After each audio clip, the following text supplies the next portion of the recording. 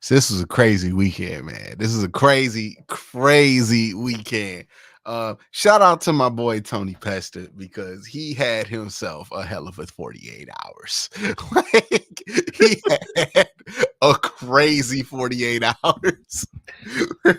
Ooh, Like, shout out Tony, man. Shout hey out Tony. man, he going through it right now. Like it's been up and down. It's been up and down. But we're gonna talk about this Evan Mobley thing, why people are so impatient on Evan Mobley. We got to talk about LSU Iowa, man. And you know, we got to talk about that Final Four coming down because I think there's more than just Caitlin Clark going on in this March Madness tournament. And depending on if Iowa gets past UConn, you know, that final boss. Hey, South Carolina. I think everybody has forgotten this. Look, Iowa is a great story with a great player. But when it comes to women's basketball, that's 2014 Bama. Okay. The University of South Carolina. That's Nick Saban coming. Like, Shout out Nick Saban. You know what I'm saying? Shout out Nick Saban. hey, look. LSU lost, and I feel like South Carolina has never seen this many new people join their squad all of a sudden. But it is going to be something interesting to see there. We also got to talk about, and we're going to start out with this, man. DJ Birds is everything I love about sports. Okay. Hey. I know you was watching that thinking the jersey, when you saw the untucked jersey, you knew what it was. You knew that this is a Quincy classic right here.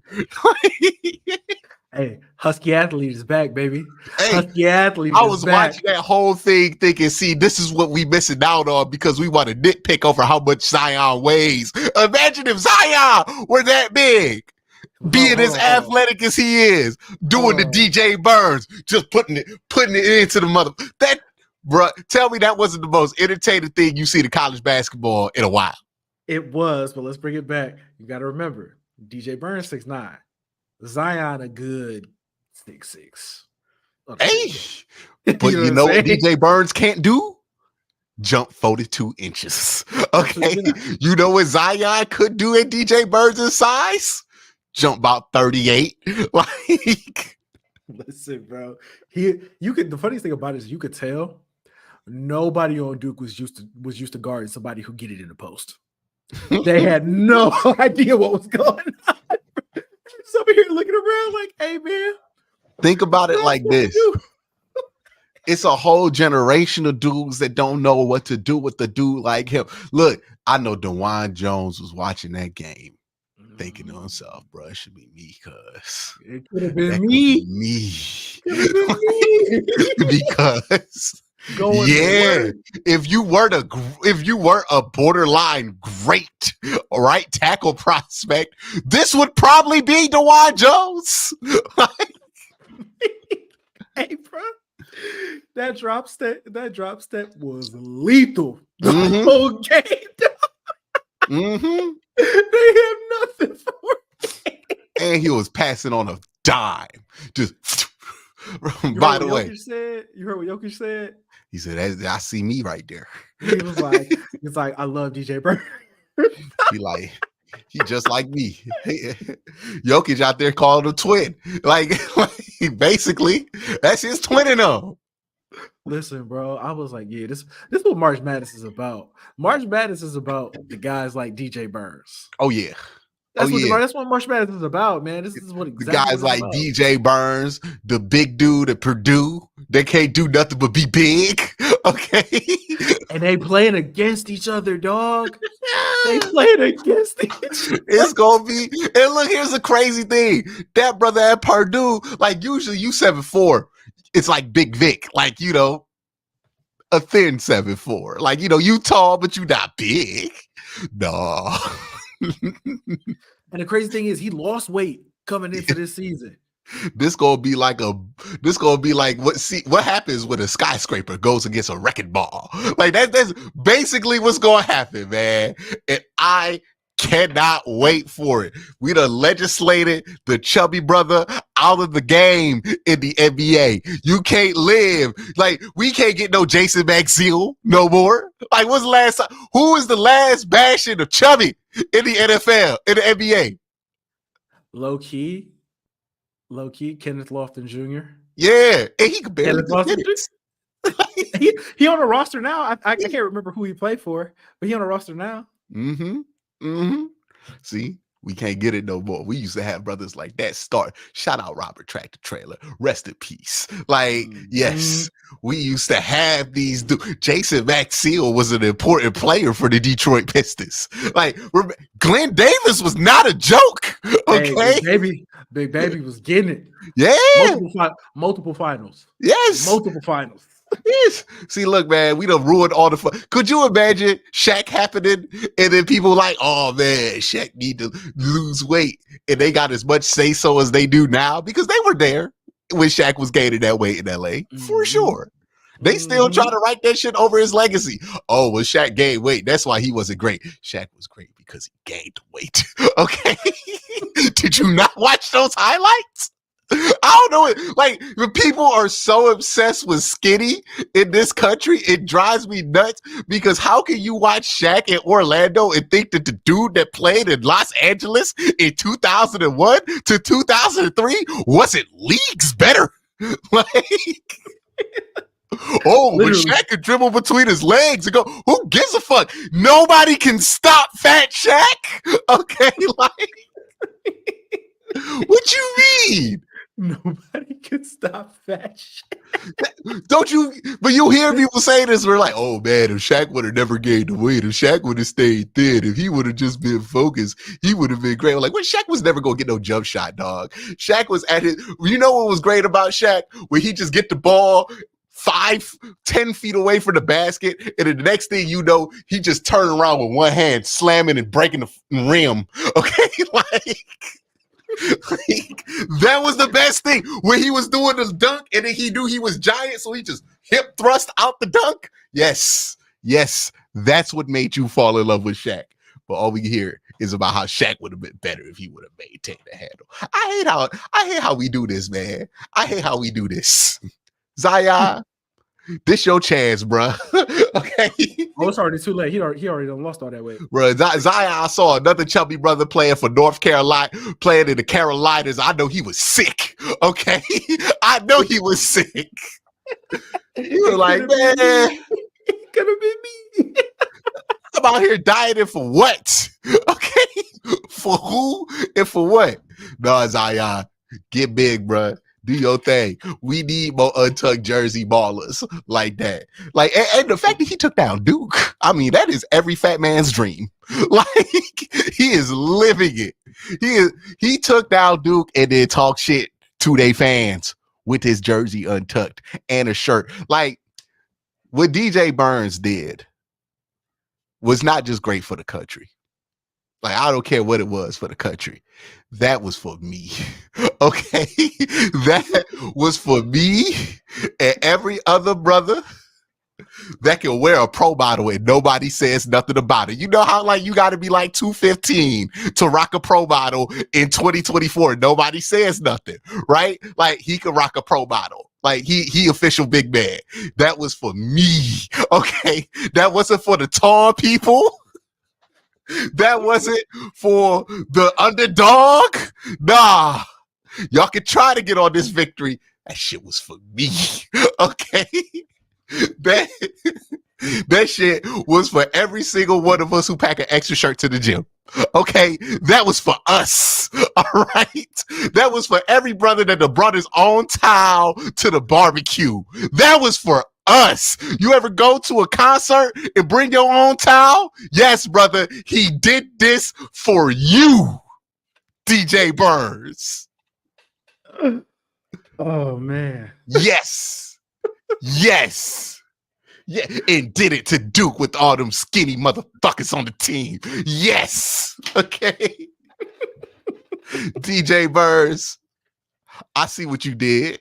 You know, that's a step for positivity in this country. Hey man, we about to come. We're about to become the official podcast of the big man. I ain't got no problem with that. Okay. Hey, the official big man podcast. This gonna be the one podcast you ain't gotta worry about us worrying about what you weigh and shit. Okay, like, can you ball? Okay, can you get the job done? Yes or no? Yeah. Can you ball? Look, and I think we've forgotten. I think this is America's reminder of how much we love the chubby baller. Like, we forgot, man. These kids ain't hooping with t-shirts under their jersey no more. But DJ Burns, by the way, DJ Burns is old enough to go to high school with me. Okay, so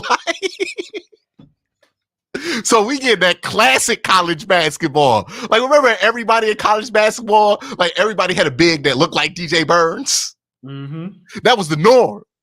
But we done robbed ourselves from it because we done machine washed the game into this AAU nonsense. Nah, man, bring back the big. You saw what the big motherfucker did to him. Ain't none of them did that at AAU. Okay, they wasn't used to that on their travel team. It was like, what do I do? He just putting that shoulder in my chest. Like, I can't flop nothing. He's just beating my ass. Shout out to DJ Burns, man. That's what I'm talking about. Oh man. Shout out to Chubby Baller, man. Shout out to Chubby Baller. Clyde Edwards-Helaire, I need you to step up, bro. Okay. Wherever it is that you are playing football this year, Clyde, I need you to step it up because it's Chubby Man. It's 2024 is the year of the Chubby brother. Okay. And DJ Burns was out here doing it. Greg, did you get to watch some of this DJ Burns? Hey guys, I am not hearing anything for some reason. All right, we'll come back to you. Hey, what's wrong with you, dog? He gotta get the technical right. He said, all right, we'll come back. Got to show. Yeah. He got to come back in and come back out. All right. But yeah, man, DJ Burns. That's what I'm here for. Greg, give me a thumbs up if you can hear us. I don't think he hears yet. But yeah, man. Cole, what did you think about that DJ Burns performance? Did you have any deeper thoughts than I did? I'm not gonna lie, man. Outside of obviously the Chubby Man getting his game off and being great for everybody like you who loves that, man, I'm not gonna lie. March Madness is kind of like on the men's side. It's been kind of boring. Outside of DJ Burns, you just lifted up your cat. Did you just lift up your cat right now? Yeah, I gotta move her because she's gonna knock over the setup. I ain't gonna lie, that definitely got my attention. I'm like, that's a big cat. But no, like, hey man, the men's side of March Madness has just been kind of blah to me. Outside of DJ Burns just being the superstar of the entire thing. Like that's really what March Madness is about, though. Like, it's always about the players in the schools that you don't care about or you're not thinking about and stuff like that. Like, the stars that come out of those schools, the 11 seed NC State, getting as far as they've gotten. That's what March Madness is about. That's what I'm grateful for. And that's what I'm glad we got DJ Burns, man. We needed a star on the men's side because, the women's side, they cooking. Look, man, here's what college basketball has missed. They have homogenized the game to a point to where don't nobody stand out. And then DJ Burns pops up out of nowhere, right? Like, remember when college basketball used to have things like Syracuse won that little weak ass zone, but not shoot no jumpers. Like, teams used to have things, but everybody runs the same offense now, which requires the same type of players. And that's not fun to watch in college basketball because it's like, okay, well, I could just watch the Rockets do the same thing. Like, what brought college basketball was like the weird shit. Like, people would just be running the Princeton offense, or we gonna run this whole offense through this 6'9", 300-pound brother. That's what we're doing. And you know what? He take the ball up the court. like, as the best player should. Yes. See, this is what we miss when everybody is so aggressive at how to win that they don't think about how to make themselves more unique and stand out. And DJ Burns fell into the right place at the right time. Like this hit right because he goes to the right school too.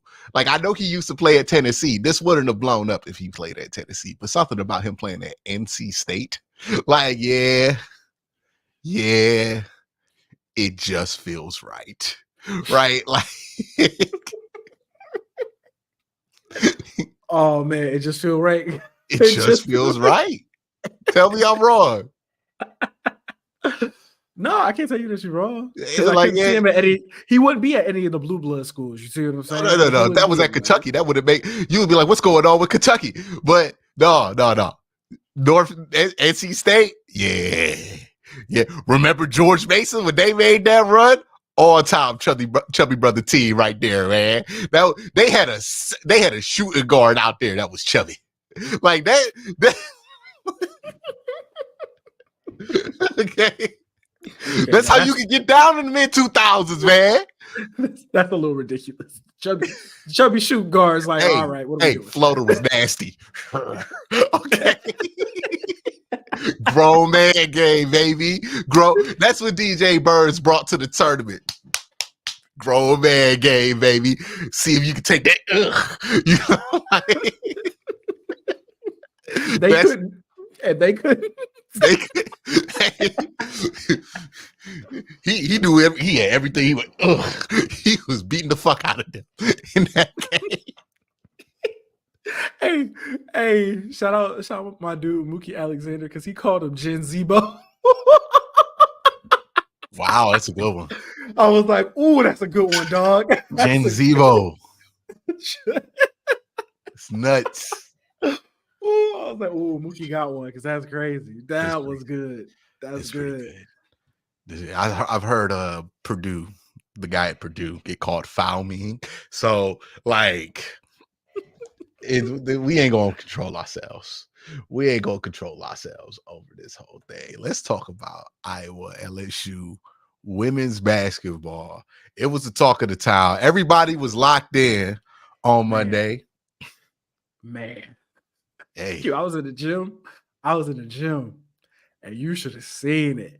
When I say everybody, man, woman, black, white, it didn't matter. Locked in. Yeah. Watching LSU. Yes. Hey, look, it was a great showing for both of the stars in there.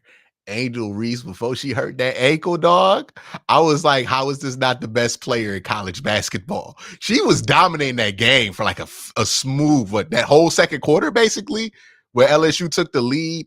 I thought she did a great job, like defensively, just ruining anything Iowa wanted to do. She was clearly hurt after that.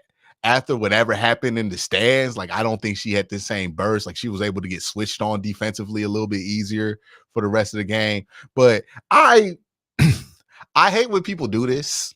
When a great player goes off, like Caitlin Clark went off for 40, and everybody pops off with all these simple fucking solutions that would have stopped Caitlin Clark from going off for 40. It is like, I promise you they thought of it. And look, I get it. We all want to criticize Kim Mulkey because don't nobody like her, right? Like that's part of it. Even though she was a hooper back in the day. I saw you repost the clips. Hey, man. Baller. Listen, you ain't got to like her. She was a hooper. Hey, when you find out she played ball at Louisiana Tech, it all makes sense. Like that is a piece of context. You like everything makes sense. You're like, oh, she won the national championship at Louisiana Tech. It all makes sense. Everything makes sense. Everything about Kim Mulkey makes sense. You're like, if I knew that information, I would have been caught by surprise by some of the other stuff that you. And the funny thing was like, they was like, oh, we gonna drop this article. We gonna drop, and it was supposed to be super damning on Kim Mulkey. I'm like, there was more damning stuff in like interviews that Brittany Griner has done about Kim Mulkey. I'm not gonna lie though, that's Kim's fault because she made it. She made that a big deal for no reason. And I'm just like, this sounds like a regular piece on a coach. Like I'm like, Brittany Griner said more mean things to you than this article did. Like, It's like it kind of just sounds like he's just reporting the facts, to be completely honest. Like it's just like you're not very fond of homosexual people. I think that's fair to say. Which is something we knew 10 years ago when she was at Baylor. Like we knew this already. We knew this when Brittany Griner came out after she played in college. We're like, okay, what was going on with that environment where she didn't feel comfortable to express herself in that way? And then she told us, right? Like, it was all there. Like, I don't, like, she thought we forgot. Like, Brittany Griner is still one of the most famous basketball players on earth. We just were talking about her for like 2 years straight, being caught up in Russia. Like, we are aware of who you are. Kim Mulkey. And Kim ain't really say nothing when she was locked up in Russia either. You know, I think she maybe made like they one general Of statement. course she didn't say nothing. And that's what we knew. It was like, yeah, you might not be the greatest. Because if you would have asked Kim Mulkey, she would have been like, well, what was Brittany doing? I'm like, okay, now we can't. Nah. No. Okay. We're not going to open that can of worms again. Okay. But so I get it. People don't like Kim Mulkey, so they find a way to make this like Kim Mulkey's fault. And then, hey, what's her name? Haley Van Lath. Listen, fried. Hey, fried. From all accounts, seems like a decent person. Like, but,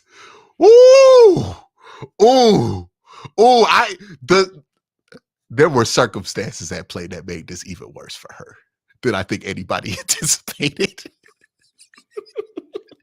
What circumstances would that be, Q? Hey, man. She did not look like her teammates out there. She was getting fried. And I feel like that had a lot to do with why people were roasting her. Like, they was calling her a double H. That was that's rough. That's rough. Like, I did not like everybody who had all these simple solutions about what she could have done to guard Caitlin Clark. Caitlin Clark is making threes that like NBA players don't make on a regular basis. What the fuck is she supposed to do? Hey man, she was making 30 footers. You gotta try something. That's the whole thing that people are saying. Like, hey man, you at least gotta switch it up and try something. I promise you. Look, because here's what Kim Mulkey was thinking. Hey, bro, she gonna get 40 anyways. Why would I waste all of Flo J's energy on guarding Caitlin Clark? What, so she could get 36 instead of 41? My issue is that you put the one person on the roster who had absolutely no shot of slowing her down. Well, here's why I think LSU actually got in trouble. I think, like, look, Caitlin Clark was gonna go off. She had this game circled. She was ready for this moment. And then it was cemented because LSU got up by 10 in that second quarter, started talking that shit. She started, and then you could see her get into that bag. She was like, my legacy is on the line. Because it was. If she would have got on the line next game, that's when it's on the line. Well, no, her legacy was on the line because she would have lost to LSU twice. And like, this LSU team had been struggling off in year. Like, so it would have been a real bad look because LSU would have probably got smoked in the Final Four by either USC or UConn, whoever would have made it, but it ended up being UConn. So it would have been a bad look for Caitlin Clark if she can't get over this hump, the hump that everybody's watching her try to get over. Nah. That's why I'm like, that's the number one pick of the WNBA draft. All right. She responded with the nastiest third quarter you will see. Okay. Just straight contempt and viciousness. Okay. She could not. She was, hey man, she was shooting bullshit, knocking everything down. 30 footers. I was like, 30 footers, Cole. Frying Haley. Like, and look, these weren't like, hey, they're not guarding me. I'm going to shoot a 30-footer for the fuck of it, 30-footer, and they win it. No, dog. She's going left or right, okay? And then stepping back into the 30-footer and making that shit while going right. The Cavs have 2 players who can do that right now. Okay, like, man, I was watching it. I was like, hey, man, what can you do? woo! Get Haley Van Lith off her, dog. Like, please. And then she was going under screens and everything. Like, shout out to Janae. They did a great job at the halftime show, like really like breaking down what were the defensive miscues of LSU. And look, Kim Mulkey probably has a lot of fault in there. But hey, man, I think the real problem for LSU is they were shooting a lot of bullshit. Okay, like that's the thing that's going misunderstood here. Like Haley was taking some horrible fucking shots, especially in the second. Like it's like she knew she was getting fried, so she was trying to get it back desperately on the offensive side of the ball. It felt like they were like Morrow and Michaela Williams was taking way too many shots. Like they were real clumsy with their offensive plays getting in. Like I think LSU, as much as we're going to talk about what Iowa did to win that game, LSU lost that game with horrible offensive management. Like Angel Reese was going off early. They didn't really feed her enough in the second half. And then Flau'jae is incredible. And they were like, nah, you're not getting this ball. Like, that's it. What stood out to me, especially in that second half. Hey, you remember the Browns in 2022? The Browns defense under Joe Woods? Mm-hmm. Every time something bad happened, they pointing at each other and they like you like there was a lot of that from LSU in the second half. Well, like, hey, you supposed to be here, you supposed to be doing like they was imploding. Well, it was imploding. It was bad. Did you watch the UCLA game? I think I missed the UCLA game. Okay, so the UCLA game, similar thing happened. Angel Reese was in foul trouble. They had an issue getting offense off, and it was that same kind of thing. It's just Flau'jae made an incredible shot down the stretch. They won that game. But these problems have been bubbling to the surface with LSU. It's why, like, I'm probably pretty sure Angel Reese ain't coming back because it's probably not that pleasant of a situation down there anymore. It's gone on long enough. Like there's the heat on Kim Mulkey, the heat on the whole team, the heat on Angel Reese. Like it's just probably not fun for nobody no more. And everybody trying to get their shit off. And that's what it looked like. LSU looked like a team that thought that they had 5 Caitlin Clarks. Iowa looked like a team that knew that they only hope is Caitlin Clark. Like, look, you're looking at Iowa roster and somebody asks, hey, are there any WNBA players on that team other than Caitlin Clark? And everybody's like, no, it's just her, dog. That's the incredible thing about this. She is also doing a Bron carry right now. Like, there's not that team has role players. I'm glad you called it a Bron carry. Because in classic Bron Carey fashion, it's not going to end the way that people think it's going. Oh yeah, no, we got to talk about the South Carolina dog. Hey, bro, I'm just gonna be real. It's not going to end the way people think it's going. It's a tournament, anything can happen. But woo. I read somewhere that South Carolina is currently undefeated. Yep. And I want to be clear. They easily have the better team. Like, it's not even. Oh, yeah. No. Like, I was thinking about this. I'm like, you beat LSU, and then the Rock comes out. Like, the final boss comes out in South Carolina. You have not even got through the toughest. Because you know who LSU couldn't beat? South Carolina. Okay? They could do nothing with them. I'll be real with you, bro. I don't even know if they're going to beat UConn for real. It'll be tough. It will be tough. I don't even know if they're going to beat UConn. Gino's a really good coach. Like, hey, this is going to be interesting. The Final Four is in Cleveland. I hope that Caitlin Clark does find a way to squeeze it out of UConn. But hey, Paige, did you see UConn USC last night? Yeah. Hey, Juju. Hooper. Give me 1 second. I got to answer the door, but keep talking about Juju.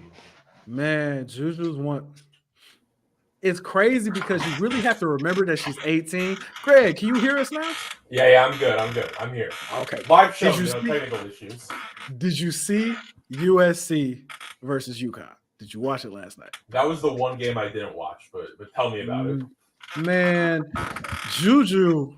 I think Juju might be my favorite, my favorite women's college basketball player. She gonna be my favorite women's basketball player, probably going forward.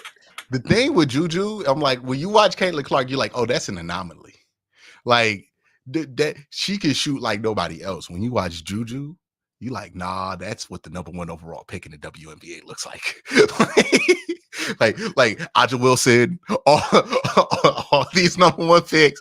You're like, nah, yeah, 3 years, you're the #1 overall pick. It's obvious.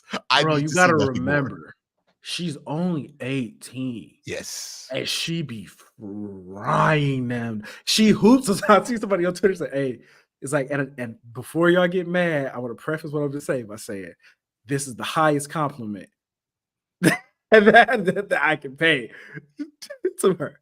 It's like, she really hoop like a dude. Like she really hoop like, yeah, that's how dudes play. The way she like shakes people and how she like everything, the wiggle and like how she creates off the dribbles. Like, nah, she hoop like. You didn't say dude, said another word that I can't say on here. But now you see what I'm saying. You said she hooped like a DEI recipient. Yes, she hoops like a DEI. She hooped like my neighbors. She hoops like a naysayer, like a Malik neighbor. Oh man, I was like, yeah. She got the ACC quarterback in her game, huh? Mm-hmm. A little Lamar Jackson in there. You know what I'm saying? A little Lamar Jackson in there. But yeah, it's gonna be an interesting landscape. I'm excited to see what happens with it because look, I'm not gonna be foolish to think that all the excitement is gonna follow to the WNBA because the big thing about sports that people don't acknowledge is that the teams matter. Like you gotta care about the franchises before you can really care about the league as a whole. Like it's why the Knicks and the Lakers and the Celtics, like these franchises are so important to the NBA because when they're playing games that are meaningful, it matters, it draws because those teams are the ultimate seller. That's what the NFL figured out, right? We be talking about them teams all the time. Like, yeah, the stars are the stars, but it's about where those stars play and what teams they are that matter. And that's the thing with WNBA. There is not that much equity in their franchises, right? Like people aren't invested in the Liberty. Like I think some people are invested in the Sky. Phoenix has some investment there because Diana Taurasi was so good there for so long. They also had Brittany Griner. And I think who else they got? They didn't get Candace Parker. I think Chicago had Candace Parker, right? Mm-hmm. They traded for her, but I think they traded for somebody else, like Skylar Diggins or something like that. But there's some teams that have a little bit of it, that draw really well, and there's some teams that are trying to find their footing, like any team in a new league, and find the WNBA. Hey, bro, figure it out. Like, figure whatever you need to rig. Like, do honestly, it. I was having this conversation with somebody. It's like, hey, man, this is probably the most that casual sports fans are like really honed in on women's basketball. Like the casual fan is like, nah, I'm trying to watch Caitlin Clark. I'm trying to watch Juju. I'm trying to watch Paige. I'm trying to watch Angel Reese. And they're going to be coming to the WNBA. It's like now or never to really get support behind like large scale, more casual viewers.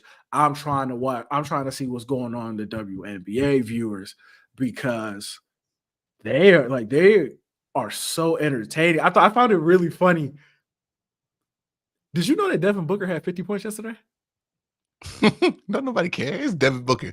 But I was just like, nobody watched nobody was tweeting about that. Any of the NBA games. I didn't even see highlights on Twitter. Like they didn't even post the highlights. Nah, man, we was all locked in. We was all locked in. I was like, when's the last time you really remember that happened? Like, everybody was like, no, we trying to watch the women's tournament. It don't even be like that for the national championship sometimes. Bro, like, I feel like the only sporting event that people really cared about like this so far this year was really just like the Super Bowl. like that was it. Mhm.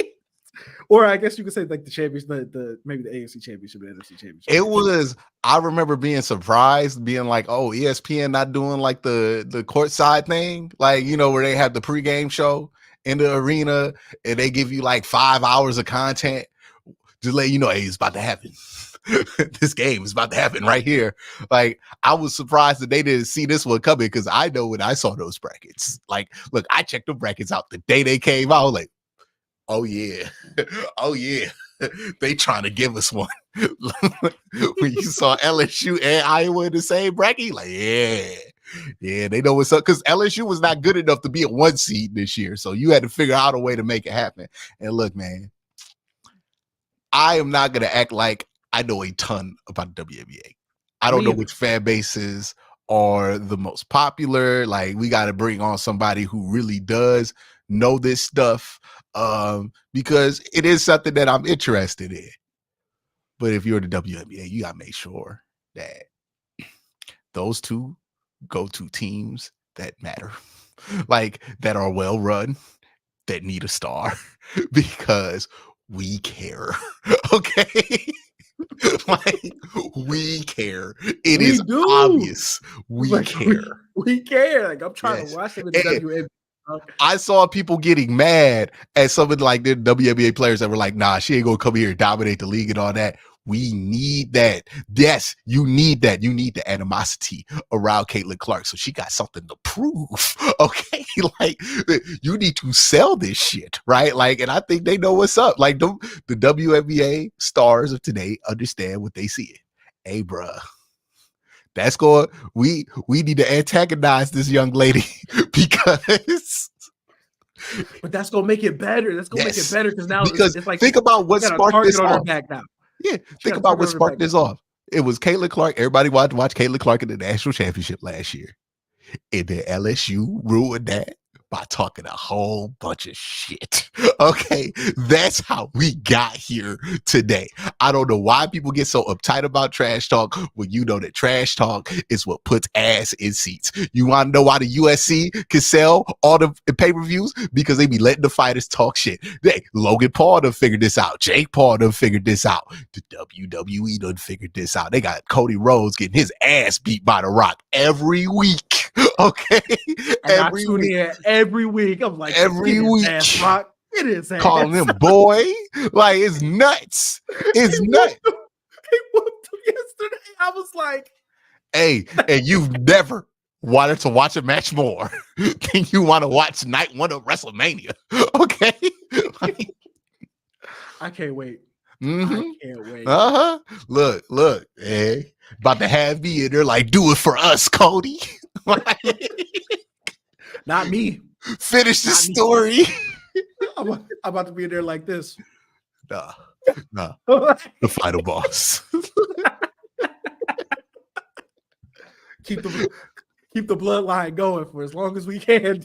Hey, man, all I'm saying is if Cody Rhodes don't win at WrestleMania both nights, hey, man, somebody better get the National Guard to that Capitol, because it's going to get stormed.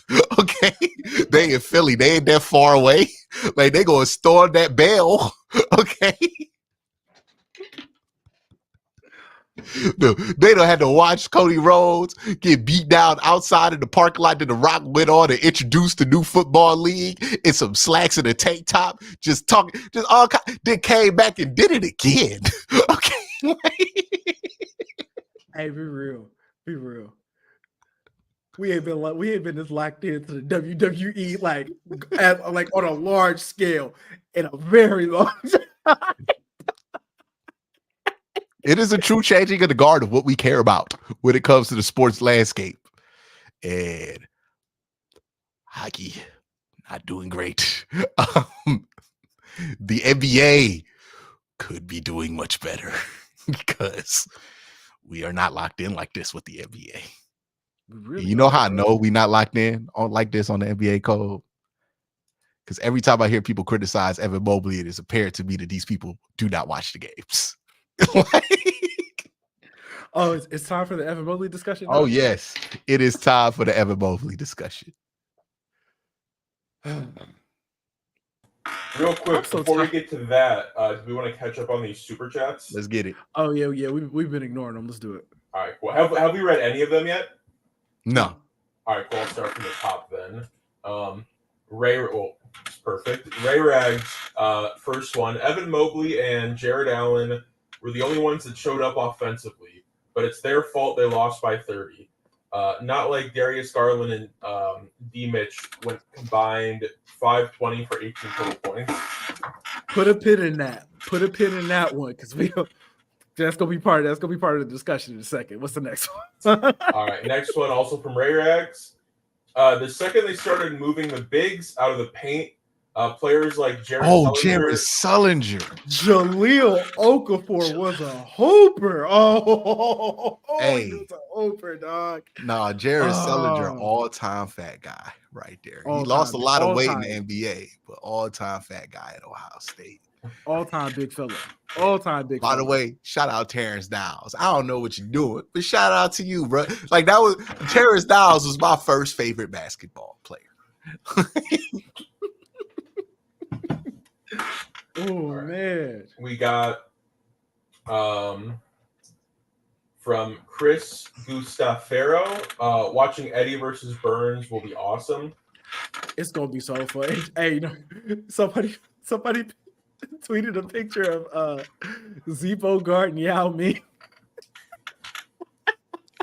You ever watch Mark Henry fight The Undertaker? Yes. This is essentially that. Oh man, the ring is gonna break. Hey, no, don't post battles go cause earthquakes. Oh, can't wait. Wait. Look, the ball might deflate by the second half because you know both of them get the ball and slap the shit out of it when they grab it. Like they Oh, we can't wait. Oh, I can't wait. All right, just got a few both more them here. brothers can hoop in boots. Another one from Ray Rags. NC State might be on a 2010-2011 UConn run. They had to win 5 games in 5 days to get in, just like the Kemba UConn team did. Might be for real. And didn't they only make the tournament because they won they won their conference championship? That's what he talking on like a crazy shot too, right? Yeah, that's what he talking about. Man, dang! I hope they win it all. We got Look, Ray Rags. let's be real. They beat Duke. They are officially America's team now. Yeah, they beat Duke. I don't know if they America's team, but they my team. Oh no! Any team that beats Duke in the tournament is officially America's team for the remainder of the tournament. But we got another one from Ray Rags. I was switching back and forth between watching the Rock and Roman Reigns beat Cody's ass with the belt, the game, and the Guardians. Speaking of, I guess I'll ask Chet because I know Q don't know. Are the guards doing okay? We gonna need y'all to update us on the baseball team. My dad hasn't hit me with no super mad text about the Guardians yet, so I think they're doing all right. I've committed to trying to be a better Guardians follower this year, and what I've surmised is they're doing pretty well. Because the Oakland A's, you know, from what I understand, if there's any like big baseball heads in the chat, correct me. The Oakland A's are like the Cavs the year after LeBron left first time, just like as bad as a baseball team can be, and you know they went 3-1 against them. And I've been told that Seattle is going to be a contender this year, and they almost beat Seattle in the first game of the series. So we'll see how the next 2 games go. But from what I've been told from people that know baseball, is they're doing solid so far. Yeah, Chad said somebody said they're okay. Somebody said Sean said they're mid. Someone said solid. So it just sounds like we just kind of, they just kind of there. I find out about the baseball season starting the same way I find out about the MLS season starting. Yeah. Yeah, but I don't know. That's the thing about baseball, though, is like they're doing like pretty solid right now, but in like 2 weeks they could be like the worst team in the league, the best team in the league. Like that's why I can't follow it. Like you could have like the best closer in the league one year, and then the next year he's mid. Like I don't know how people follow baseball. It's like it's 100 and how many more games they got left? Like 100. 157. Yeah, man, ain't nobody doing all that. To watch Stephen Kwan play baseball for like 142 times, and don't you got to deal with Bally Sports? Yes. Get the fuck out of here. You know what's crazy? I actually tried to watch on the Valley app that I paid for, and it was locked. And I said, "What am I paying for if I can't even watch the fucking game? What am I paying for?" Hey man, it sucks. Okay, it's like I could barely watch Cavs games. You telling me I can't? I paid for this and I can't watch baseball games either. What are we doing? Mm-hmm. Let's not be too harsh now because Bally is giving out some bags. No, I'm just playing. We're not going high pay. We're not going high Q and Cole, but high. Look, unless they offer outrageous money.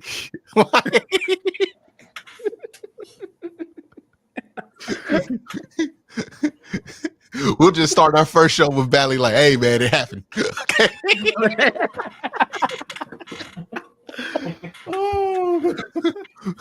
Don't judge us. Hey, Don't judge us. hey, we gotta eat too. We gotta eat too. Oh man. Hey, you know how hard it is to become a homeowner in America nowadays. Hey, I'm just gonna open a pod like, "Hey y'all, we sorry." So I got a new house. Oh yeah. All right, there's a couple more. From Connor, Antonio Brown taking shots at DeMar Hamlin on Twitter was crazy. Yeah, man, he running out of stuff to do. Yeah, I don't even know what to say about that dog. Like it's AB. This is who he is at this point. Hey man, at a certain point, you can't. You just have to stop reacting to people who are known for shenanigans when they do shenanigans. Like I cannot earnestly be upset at Antonio Brown because that would imply that I have any level of high expectations for Antonio Brown. Like, I have no expectations for Antonio Brown. Like, nope. Of course he did. Honestly, don't know what took him so long. Right? Like, don't know what took him so long. It's crazy, but yes, I agree. It's a crazy way to phrase it. You are correct. But yes, it is. It is. Come on, man. Come on. He been dipping in this. He been like, it would surprise me if Aaron Rodgers did something like this, but it wouldn't because Aaron Rodgers kind of like, I bet when he meets up with Antonio Brown, they agree on more than what we would assume. Like, man, I'm just scrolling through AB's Twitter right now, and it is insane. Yeah. I haven't even seen the DeMar Hamlin tweet, but he's just, I mean, I shouldn't be surprised, but it's like, what was it, like a couple years ago, and you was like, "Oh, Kanye then lost it." Okay, time to stop paying attention to Kanye. Oh man, what's the next super chat? Yeah, we got Soul Train. I low-key think DG needs to come off the bench. I like Okoro a lot as a shooting guard. His defense complements Mitchell, and DG would make the bench incredible. We'll come back to that one too in a second. All right. Is that the last one? We got one last super chat from Ray Rags. Oakland is like if somebody did the Charlotte Bobcats expansion roster on purpose with a whole bunch of ass and young players. Hey man, but here's the thing about baseball. Every once in a while, one of them teams be good and win the World Series. Every once in a while, yeah, for real. For real. Like once every 4 years, it happens. And then Professor Chaos just added, the A's are the 2014 Browns. The Guardians are hitting well, but power is still a problem. We'll get a better look after 30 games. What about that makes it feel like a league you want to watch? That's the other thing about baseball. It's like, we'll revisit it after like 40 games. Hey, I'm like, I am pretty patient when it comes to my takes on teams. Like, I'm not knee jerk at the one game. What do these people who be knee jerk reacting? Like what would Damo do if he was a baseball fan? Like, is he a baseball fan? I feel like Domo's all the way a Cleveland sports fan, but like dog. Like I just can't bring myself to care when I know we play 162 games. After like 5 games, You know like, I who feel that way too, Cole? The dudes playing the games. I promise you, there be games where they be like, "Hey man, okay, we lost." Cool. What we doing tonight? Dude, that's my dad is a huge baseball fan. Like he took me to so many Indians games growing up, and like he'll be one of those guys who'll just watch a game in like June and like get pissed off if they lose, and I'm just like, you got 100 more games. Like who cares? It was Tito. He didn't bought the fifth option. Well, all right, bro. Yeah, you right. Yeah, after like 100 games, I'm like, okay, it's time. It's starting to matter a little bit. Starting to matter. But I do feel like I did want to mention one thing. I don't know if you guys are aware of this, because I think this is funny. But are we all aware that the Oakland A's have their responses turned off on Twitter? Yeah, they for every tweet that they send out, their responses are off, and it's been like that for a while. It's been like that for a long time. You know what? I'm gonna go the other way. I know people gonna roast them for doing this. Oh, you don't want to hear the negativity. You ain't got to do that, Oakland. Look, y'all. We know where y'all at. You know what I mean? You don't have to subject yourself and your social media team to the memes that people are going to post at your expense and your replies. Hey, if the replies aren't serving you and your point, they ain't got to be there. Okay, okay, I'm definitely about to go. I'm definitely about to go social media coordinator on everybody right now. I have no issue with them doing that because it's not about the A's. It's not about the team. The people who actually have to post on those social media accounts, they are the ones that have to deal with y'all motherfuckers in the comments, quoting and being crazy the entire time. I wouldn't want to deal with that either, to be completely honest with you. That nobody in the A's organization is going to see those tweets or care about those tweets. The only people who have to deal with it are the people on the social media team. I ain't trying to deal with that either. That's why they're turned off. I completely understand why they're doing it. From my understanding, and I'm sure some baseball fan will correct me if I'm wrong, but I believe they turned them off the day they announced they were moving to Vegas, and have just kept them off ever since. What did they talk about? It's like the Raiders when they moved. Hey man, people get so bad when they on Twitter and people decide that they don't want to talk to you no more. Like people kind of get like outraged about getting blocked and things like that. And I just have a completely different view of this. Hey, don't nobody got to talk to you. Okay, like it's real though. That's real though. Like I was having this argument with somebody, got mad because I blocked them. It's so soft. You can't handle criticism. I'm like, why the fuck? Like, this is basically like having my phone number. Like, you can get in contact with me and shit at any time. And if you hit my phone with some bullshit, I would never allow you to send me another text or call me again. I'm doing the same thing with Twitter, dog. If you go on my Twitter, you start tweeting some bullshit in my replies, or you start trying to get over, like try to create an anti-me fan base in my replies. Oh yeah, you getting the fuck out of here, dog. Like I'm not about no. Do that shit already. Like do that somewhere else, dog. Like come on. So yeah. Oh, we are all caught up with the super chats now. If we want to. Yeah, let's talk about this Evan Mobley thing while we talk about people having bad takes and shit. Look, man. Look.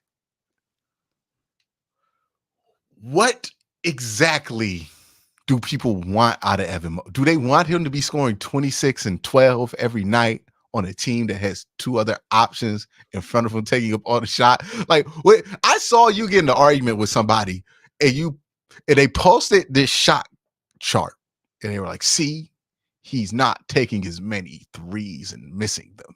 No, it was mid-range. It was mid-range shots, right? He wasn't taking them. And I'm like, is that guy so stupid he doesn't understand that shot selection is a part of being a good shooter? Like you're making the argument. Oh, he's only shooting a higher percentage because he's taking shots that he'll make. Oh, Oh, my bad. I didn't know that was a bad thing. Like, hey, you know what made LeBron better? When he figured out what spots of the floors he makes jumpers a lot. Like, but it is stuff like this where you just hear the criticism of Evan Mobley, and it's just obviously people have made up their mind. They decided that there was not enough progress despite all of the context, and they have made up their mind that this is going to be bad no matter what. And you know what's annoying about this? It seems like this is happening in like different directions with both of the number 4s in Cleveland, because it's just people just make up their mind. He stinks. He hasn't progressed enough. And no matter what happens, we got to scramble after every game to either justify it or not justify it. And it's stupid. Talk about what actually happened in the game. Well, him making that 3 while fading back to win the game, basically, that doesn't change anything. How doesn't it? Because did you expect Evan Mobley to do that in year 1 or 2? If he's doing shit in year 3 he was not capable of doing in year 2, hey, man, that sound like regression? like what are we talking about? He's a better shooter than he's been. He's clearly not regressed. Now, is he at the point to where he needs more shots? It's a debate. Is Darius Garland taking up too many shots? That's a debate. Is the fit with Jared Allen the best? That's a debate. But why are we acting like he's not good at basketball all of a sudden? This is what I want to say. This is what I want to say, and I want to be clear when I say this.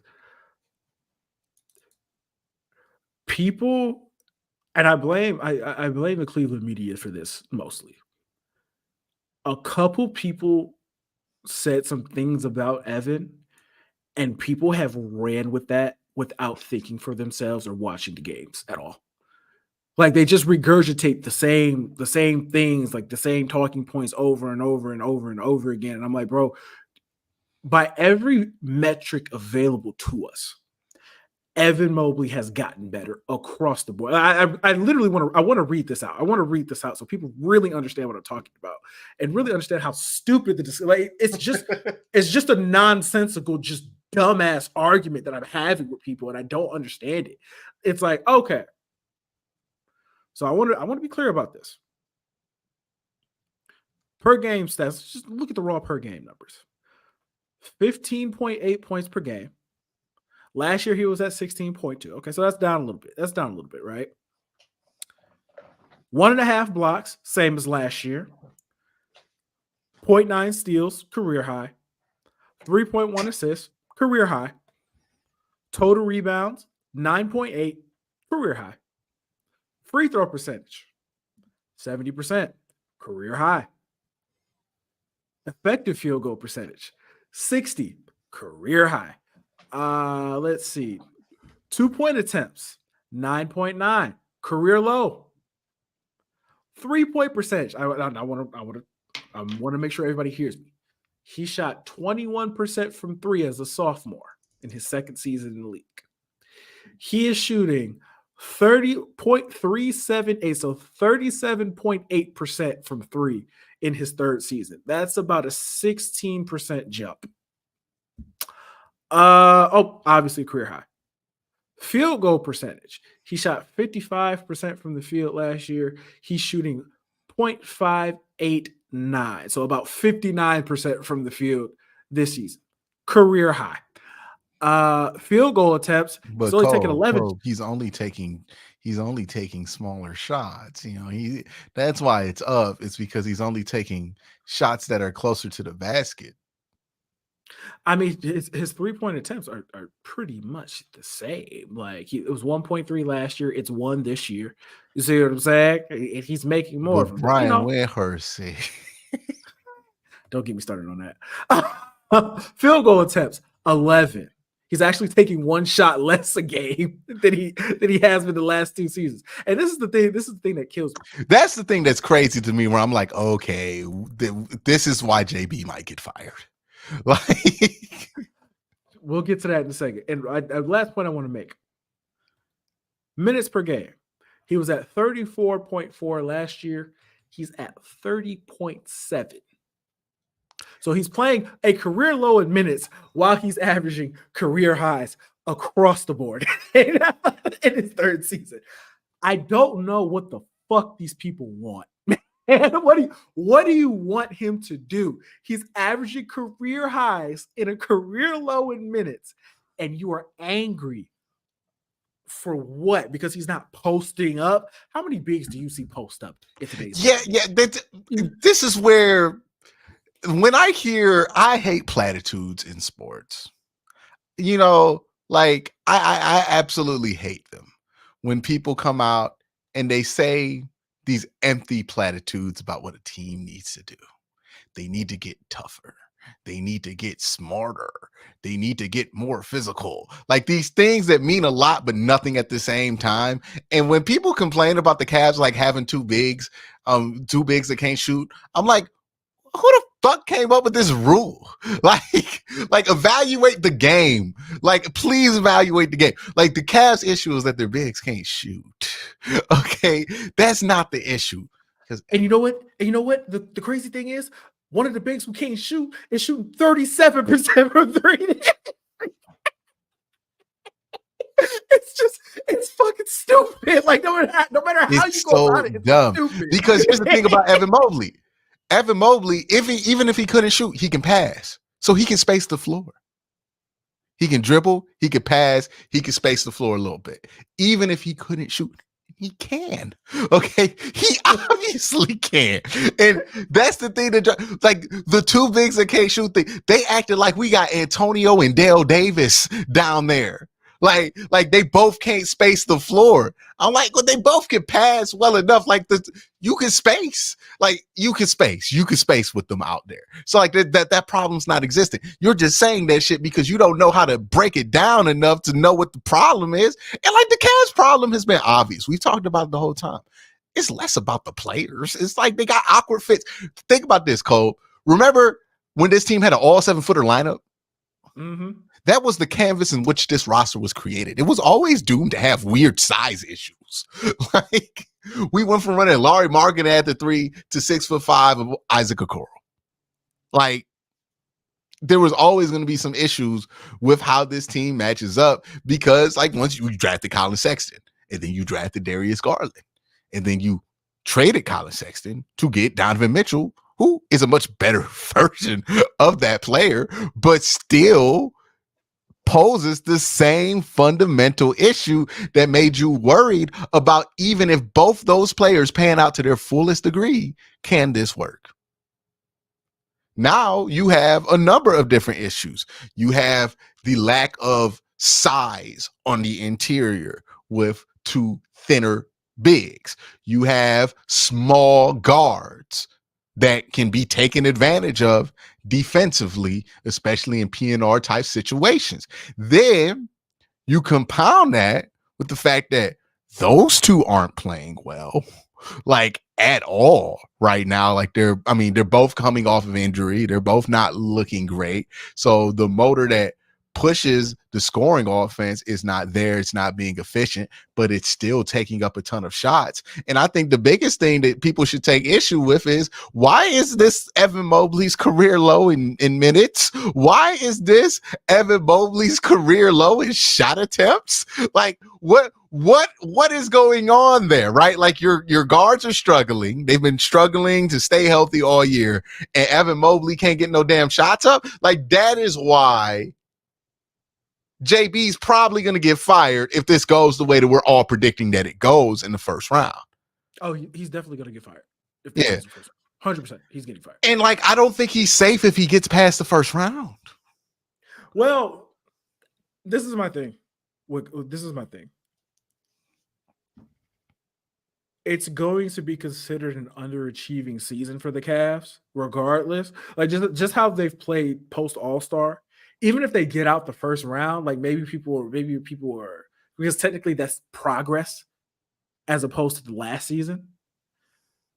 But the expectations for this team are a lot higher than they probably should be at this juncture.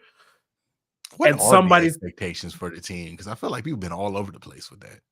Yeah, people were like, okay, so we got knocked out in the first round they got knocked out in the first round last year. So obviously they have to win a first round series and then we go from there. I've always felt like if JB didn't get this team to the Eastern Conference Finals, he's probably going to get fired no matter what. You know what I'm saying? Because they want to see, people want to see tangible progress. They want to see the team become a contender. I've always felt like the roster construction was the biggest impediment to that actually happening.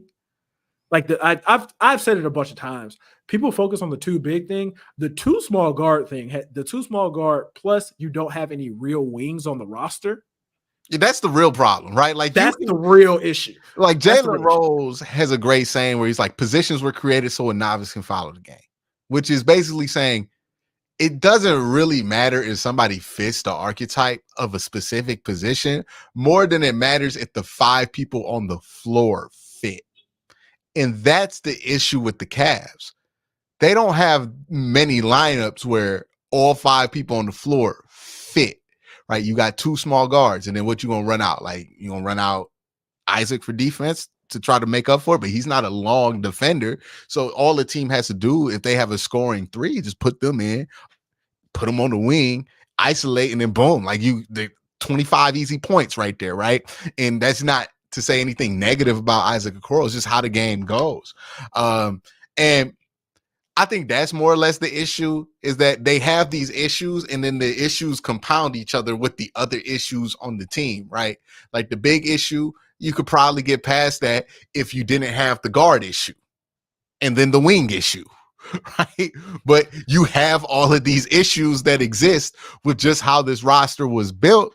And I think they've gotten pretty much all you can expect out of this, right? It's doomed to fail. Yeah, it's doomed to fail. We talked about this last week, where it's like when you are depending on 2 point guard size guards, which is what Darius Garland and Donovan Mitchell are. They are point guard size guards. You're depending on them to get you over a hump, bro. It's not going to happen. And then the wings that you do have, which are wings that you do have, are Max Strus and Isaac Okoro. And I just want to be honest, they are 2 guards. That's what they are. They should be playing the 2. They shouldn't be. They shouldn't. They're if they're playing the 2, fine.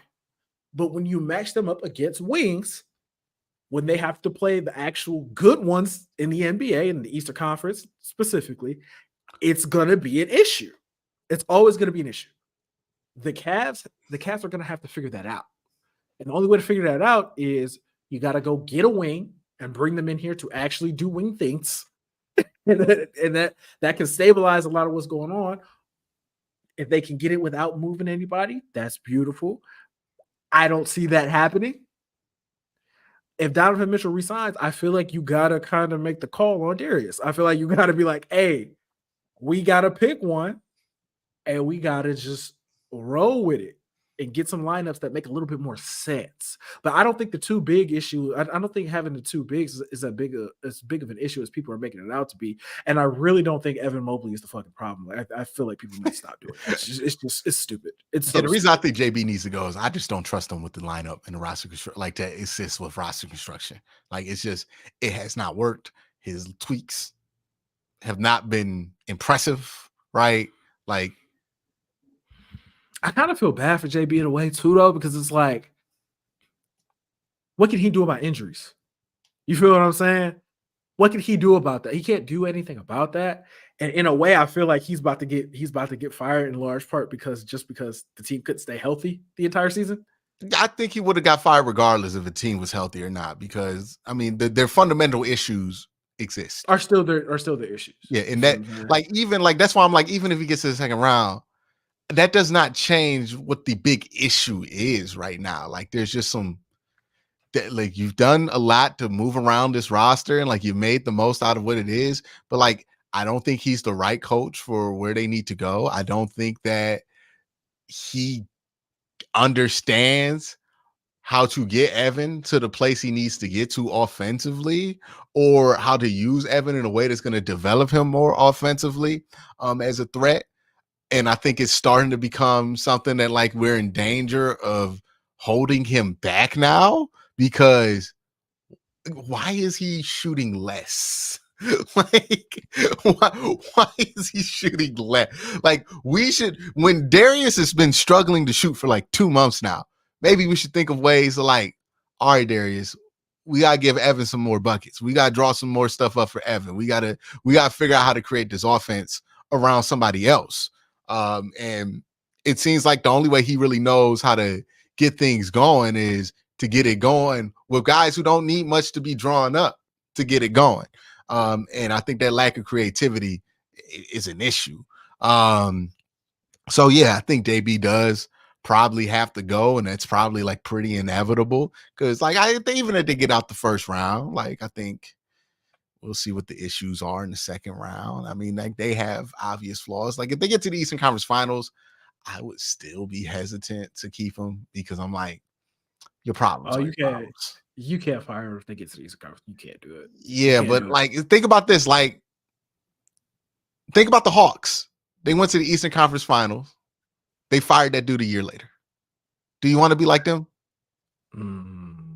That is a good point. Like you just I don't think he went to the Eastern Conference Finals when you knew it wasn't really like you weren't a real like Eastern Final. Like there was not much to be, and then you end up blowing up the fucking team anyways. Yeah. So like because the fundamental issues with Trae Young being your best player are still there, and that's why I'm like, hey man, I'm not gonna let a bounce of the ball one way or the other change how I feel about this.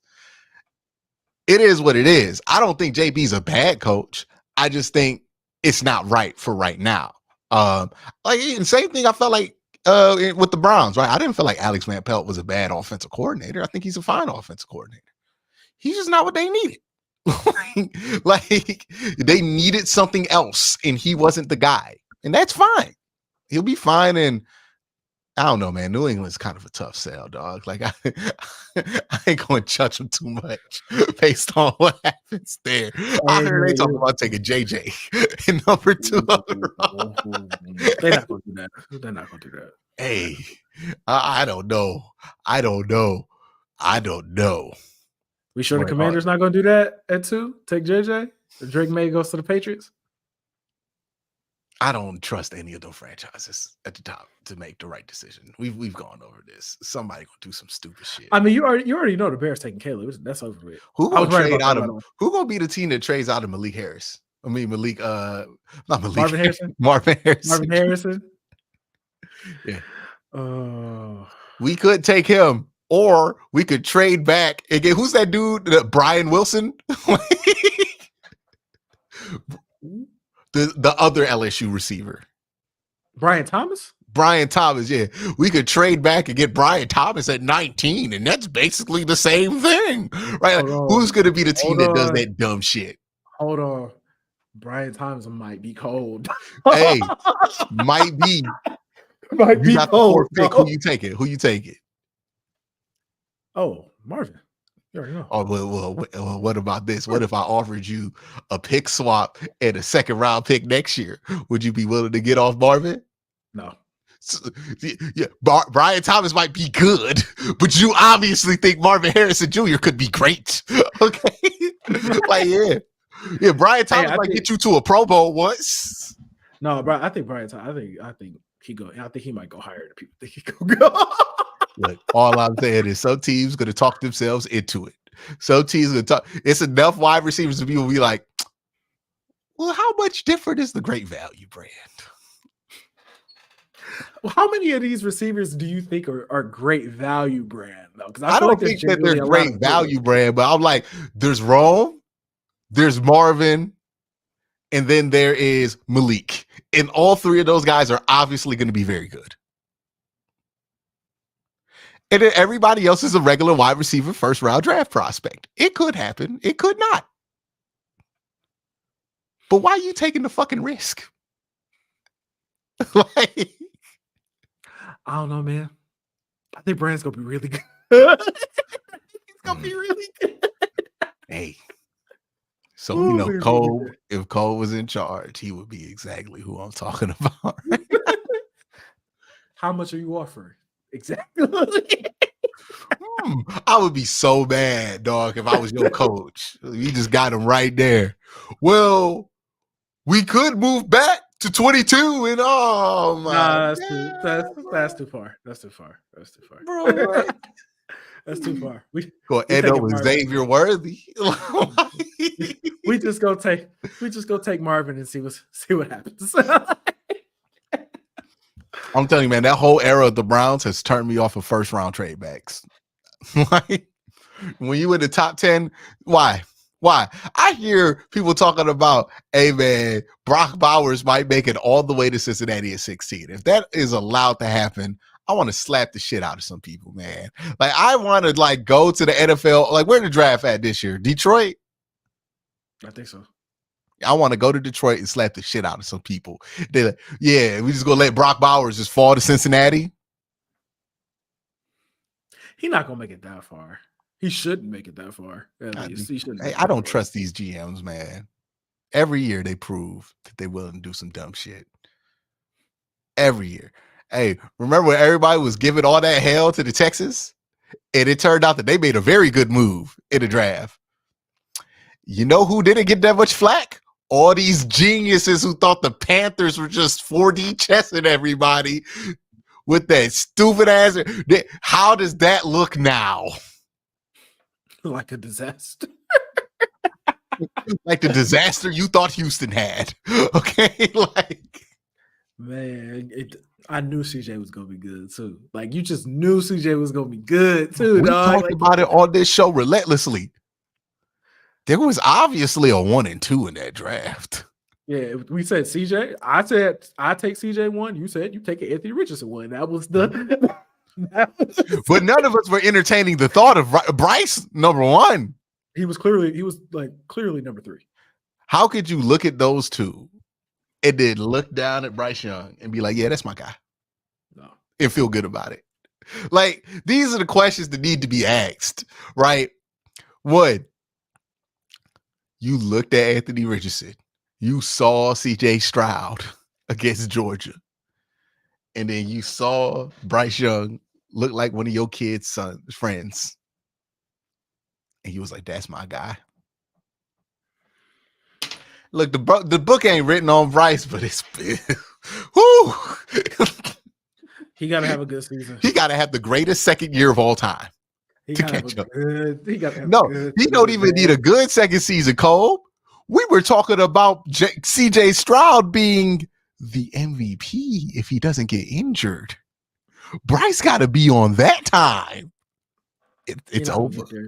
It's over. He got to aim for Anthony Richardson. And let me tell you something. It ain't going to happen. Anthony Richardson is miles better than him. Oh, man. The coach going to be good. Coach Loki might be scary. I ain't going that far. They might be. They were good. They were good last year. They were good last year with what's his name? Shane Steichen. Anthony Richardson. Ooh. I still haven't seen anybody tackle that motherfucker to the ground. Man, he stay healthy. Something serious. Mm-hmm. I want to talk about hatred.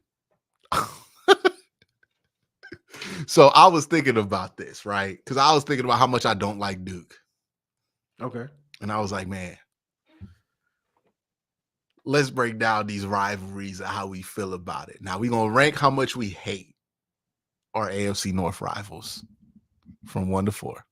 1 being the most hatred, 4 being the least. Well, 3 being the least. And we're going to compare their hate to a certain type of hate. Like, I'll start.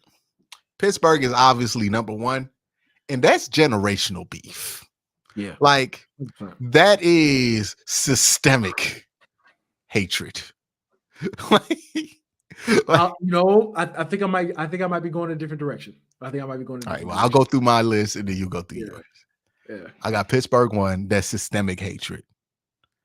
And this is just from Cleveland to Pittsburgh. Like, I don't know how Pittsburgh feel about us, but I know we hate them motherfuckers. We hate what they've done to us. We hate what they represent.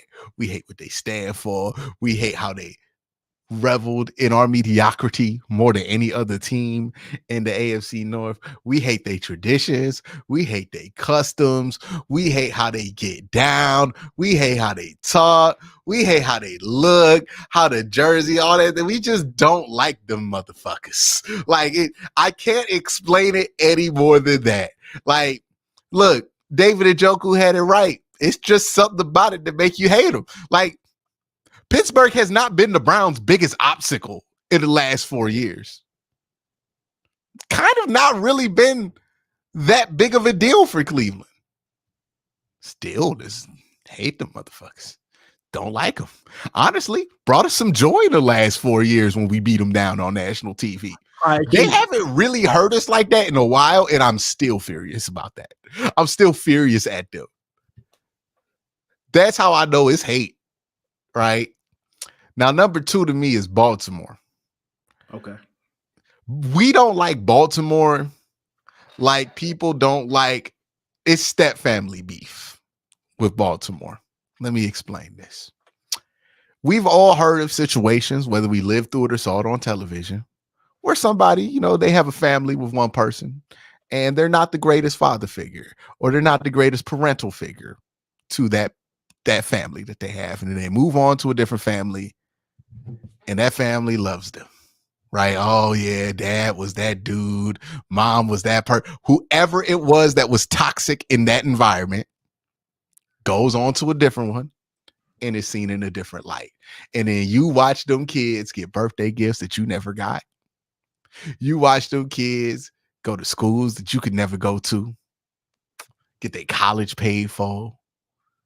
And it ain't got nothing to do with them kids. They just receiving love. But you hate them motherfuckers because it should be you. Okay? That is exactly how I explain the hatred that Browns fans have over Baltimore. It ain't got nothing to do with any of the dudes who play for Ray Lewis has never done anything to the city of Cleveland that's crazy. Ed Reed, he balled on us, but he balled on everybody. He ain't never disrespected the city of Cleveland, gone out his way to disrespect the Browns and nothing like that. We don't have any actual beef with the Ravens. They've never hurt us. But they hurt us by proxy because that should be us. We should have Ray Lewis. We should have Ed Reed. We should have had that Super Bowl in 2000 and maybe even the one in 2013. But y'all got it. Y'all walk around and y'all praise this man who stole it from us. And that's why we don't fuck with you at the barbecue. Ain't got nothing to do with you, bro. It's bigger than you. It is a true, hey, bro, this bigger. Whenever I hear Baltimore fans get mad at Browns fans for holding over the beef about the team moving over their head, I'm like, y'all need to shut up about shit y'all don't understand. We saw this happen in a very different way with the Texans and the Oilers thing that went down with Tennessee. Where Tennessee fans, oh no, we own the thing. It's you don't know what you're talking about.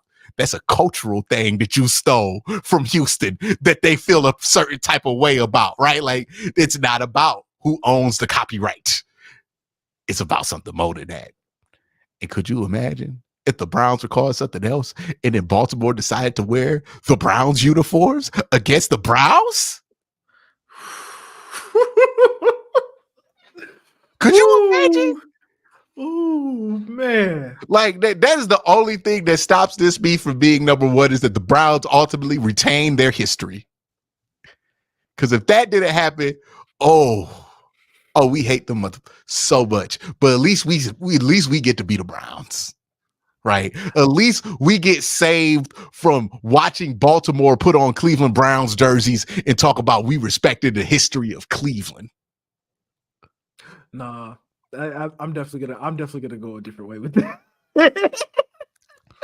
And then there's Cincinnati. Ooh. And I'm gonna keep it a buck with you. I don't really hate Cincinnati all like that.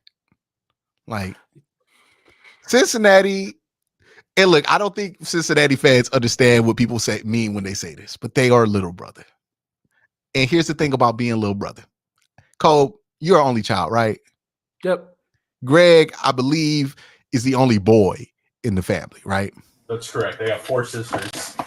Yeah.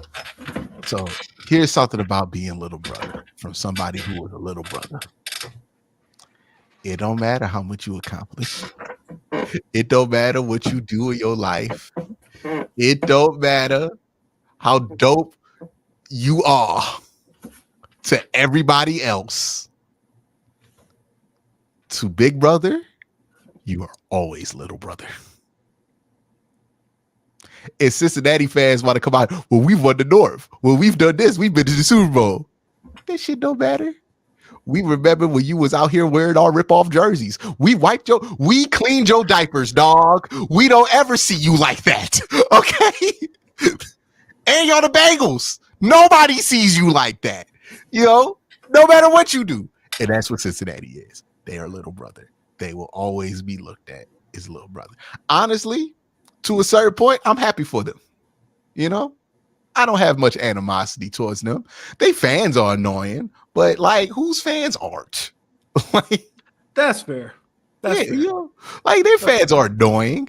They have a lot of like bandwagon fans, but you know, like that's a football team that's trying to establish something. Like, how bad at them can I be? Like, you know, they ain't been around for like 100 years, like the Browns. Like, you know, it is what it is. So, you know, I'm like, you know what, man? When Cincinnati won that playoff game, I wasn't happy for them, but you know what? I wasn't mad. I was like, okay, good for Cincinnati. Now I hope they get eliminated before they win the Super. Like, I hope they don't win the Super Bowl now. Like, we can't let that one happen. But for the most part, you know, I ain't tripping. Pittsburgh, I want to see them achieve nothing. Like, I get it. I like when the Browns got their ass beat in that playoff game. You know what made me feel better? Watching Pittsburgh lose too, baby. Like, it was just as good. Okay. Hey, let me tell you, if Cincinnati would have lost in that same spot, it would have made me feel no better. Right? Like, oh yeah, Cincinnati lost. Like, oh, I don't care. Baltimore lost, I would have felt a little better. Like, you know, but Pittsburgh losing, even though I knew that team had no championship desires or a chance to win a championship, them getting their ass beat, yeah. Let's go, Buffalo. Like, somebody said this, and I want to ask y'all, who would the Steelers be having to play for you to root for them? It doesn't matter who the Steelers are playing. I'm rooting for the other team. It doesn't. Even if they play even if they play the Ravens. No. I'm not even talking about NFL teams. Like, I'm talking about representations of things you hate. like, bruh. The Steelers might be the one that I don't know. I don't know if there's anything. There could be a team of Jason Whitlocks playing the Pittsburgh Steelers. I'll still be like, well, can't let the Steelers get to the second round. Facts. Nope. Absolutely not. Hey, get him, Jason.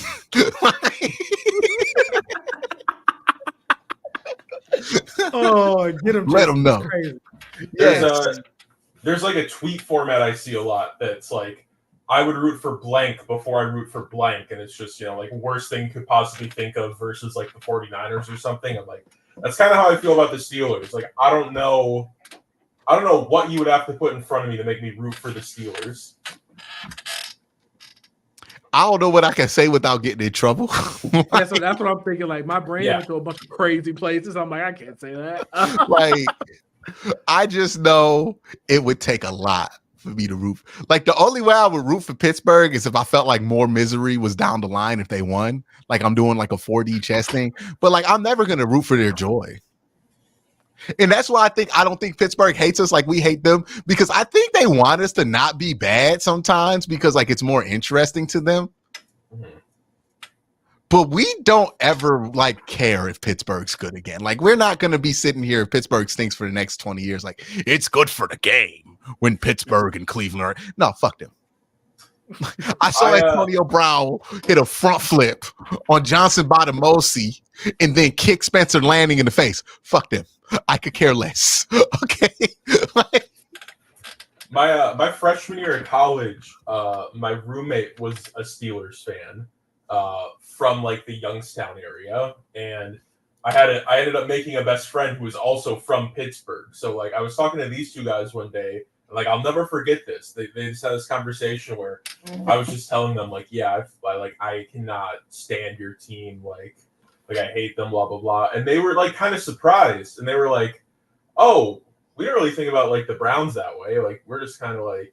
And that's why you hate them even more. Exactly. They were like, yeah, this is why I know that Bengal fans hate us the most, because we have a very nonchalant attitude about the Bengals, despite the fact that, like, we probably should hate them more, but we're like, it's the Bengals. Like, yeah. Well, I like Chad Johnson too. Hey, he's a bunch of Bengals players that you like, though. Ocho Cinco was cold. Hey man, I like Chad Johnson. TJ Houshmandzadeh was cold. People forget about that. Like, and they be like, yeah. Why he like them? Hey, you remember Cedric Benson? Yeah. Like, when we talk about Bengals players that we like, we talk about what they did in the league. When we talk about Steelers players that we respect and hate, we talk about what they did to us. Okay, like, it just ain't like that with Cincinnati. Right. I hated watching Browns games with those guys because they would always be like, I think that was the year we went 1-15, and they would always say, like, yeah, like, we want you guys to be better. We want you to be good. And I'd just be like, shut up. Yeah. Yeah, they want you to be better. We want you guys to improve. We want the rivalry to be back. See, this is why Michigan came back with as much vengeance as they did on you Ohio State motherfuckers, because y'all was really out here talking that big shit. Okay? Y'all was like, it's not good for the Big Ten when Michigan's not competitive with Ohio State. We really need Michigan. Did Michigan said, okay, what's up? What's up? And now Ryan Day out here trying to grab every recruit he can find. Okay. Listen, shit got real on Ohio State quick. They got us. You know what I'm saying? Yeah. It is what it is. It happens. Yeah. Now y'all got to beat the man who took the charge. And if that man beats you, Ryan Day count your days. Okay. And let me tell you something. If dude who took the charge beat Ryan Day better pray he twice, because he did it last year, right? If he loses again, you better pray you never see me. Hey, if that man dominates your program, changes need to be made. Okay, he will not be allowed back in the state of Ohio. Oh my God. It was one thing when it was Lloyd Carr doing it. Okay, bro, like, come on, man. Come on, dog. Woo. But yeah, man, that's something about hatred. Is like, you know why so I would guess that Bengal fans hate us the most. I feel like Raven fans, they don't really get why we so mad, right? Like, they're like, why don't you root for us? You are us, because they still think they the Browns. Like, I have these conversations with them all the time, and they don't understand. Y'all took our shit, okay? What you mean? It's like when America be coming to the natives, be like, this us. No, you took it, okay? Like, that is why, for me, the Ravens are number one. To be honest with you, I kind of feel weird about this with Browns fans, because everybody's like, oh, like, fuck the Steelers. We hate the Steelers. And I'm like, bro, the Ravens have won 2 Super Bowls since they took our franchise, bro. That is the team we should hate more than any other team in our division. And they're still good. And they're still, arguably, you could argue that they're the most well-run team in our division. Most consistently good team in our division. Dog, that is the team that we should hate more than any other team, because that was supposed to be us. Ozzie Newsome, Browns legend, as a tight end, was their general manager and had set them up for success until he retired, and he's gone, and they're still successful. Everything about that franchise and how great they are was robbed from us. That should be the number one team by far. It really even should not just robbed from you, Cole. Robbed, and the guy who benefited from it is the dude who created the situation for the robbery to happen in the first place. That's the thing. It's not like Art Modell lost the team and the team ended up in Baltimore. That'd be one thing. That's just how shit goes. No, he fucked the team up in an area where it's impossible not to be profitable, and then moved the team and got to benefit from moving the team. If you say Art Modell's name anywhere, you might get beat up. Do you guys There's remember? not one thing. Remember Art Modell is artmodelldeadyet.com? Man. Do you remember when he died? Every single stadium did a moment of silence except in Cleveland. they thought we was gonna give a moment of silence for him. The Raven fans like, it's so disrespectful. He did so much for your team. He did nothing for the Nothing. Browns. He Nothing convinced for the Paul Browns. Brown to start the Bengals. He convinced Jim Brown to star in movies. And then he convinced the Browns to move out of Cleveland. That's all he did. He created the AFC North because he sucks. Okay? Like that's what his legacy is. By the way, Chuck Noll came from the Browns. Pretty much invented the modern Steelers. Right? Like, just say he took that. Like, the Browns used to mean something before he did that to them. Just rough, man. That's why that hatred exists. It ain't got nothing to do with you, Baltimore. Okay, Literally nothing to do with it got nothing. And this is the thing with Baltimore fans. Y'all need to understand this shit. It's deeper than you. Okay, they stole something from us. Okay, We were supposed to get Ed Reed. Yeah. We were supposed to get Raylan. And we not mad at you for having it necessarily as much as we mad at them for stealing it from us.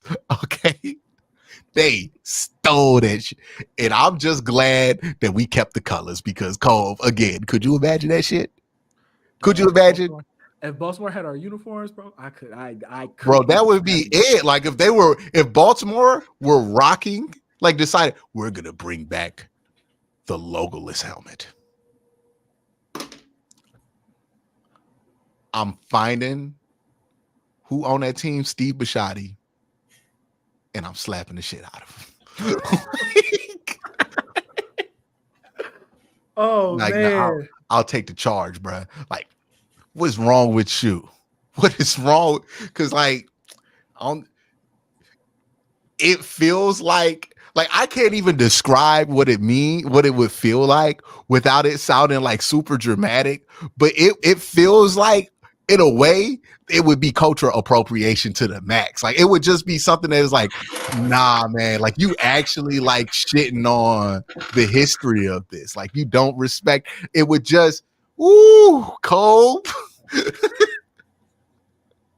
Hey, I wonder if Art Modell saw that coming when he decided, I'm gonna just give up that fight. Okay. Like, because he was trying to bring the Browns to Baltimore. And at least the NFL was like, hey, no. No. Absolutely not. We're not doing that. Oh, you could move the team, but you should not do that. Hey, Cleveland, we're gonna give you a team, dog. Like, we'll give you the Browns back. Like, don't do that. It's nuts. And also, it would be furious because, like, the same way the Oilers aren't really profitable outside of Houston. Like, you need to be in Houston for the Oilers to work. That's why all them Houston schools be wearing them fake Oilers jerseys. Mm-hmm. The Browns do not work outside of Cleveland. Like, you can't move the Browns and then expect that shit to work. So, yeah, I get that. But I think that's number one for me. My hatred for Pittsburgh is systemic, though. Like, I can still appreciate Lamar Jackson. Like, you know what I mean? Like, I could appreciate Lamar Jackson. There is nothing about Pittsburgh that I can appreciate. Like, earnestly. I'm gonna be real with you though. I feel like it's two different kinds of hatred. Because like I'm not a Lamar hater. You know what I'm saying? I love Lamar. You know what I'm saying? I love Lamar. It's just one of those things where it's like I wanted Lamar to put up a better showing in a loss than he did in the NFC Championship game. But I still wanted them to lose. I wanted to lose.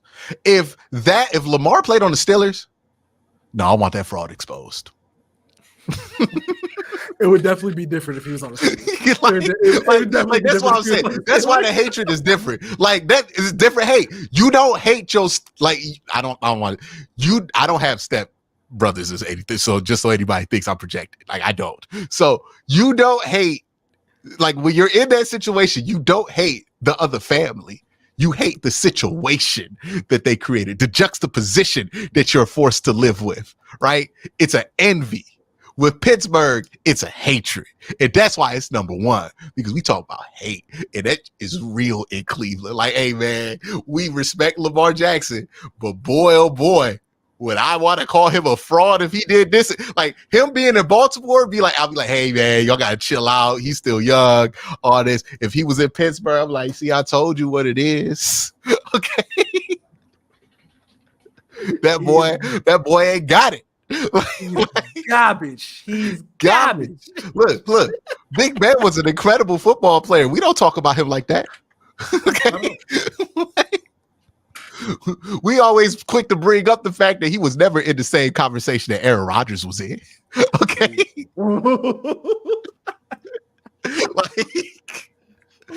Because we don't like them motherfuckers, man. Like Baltimore, we hate the situation that they created.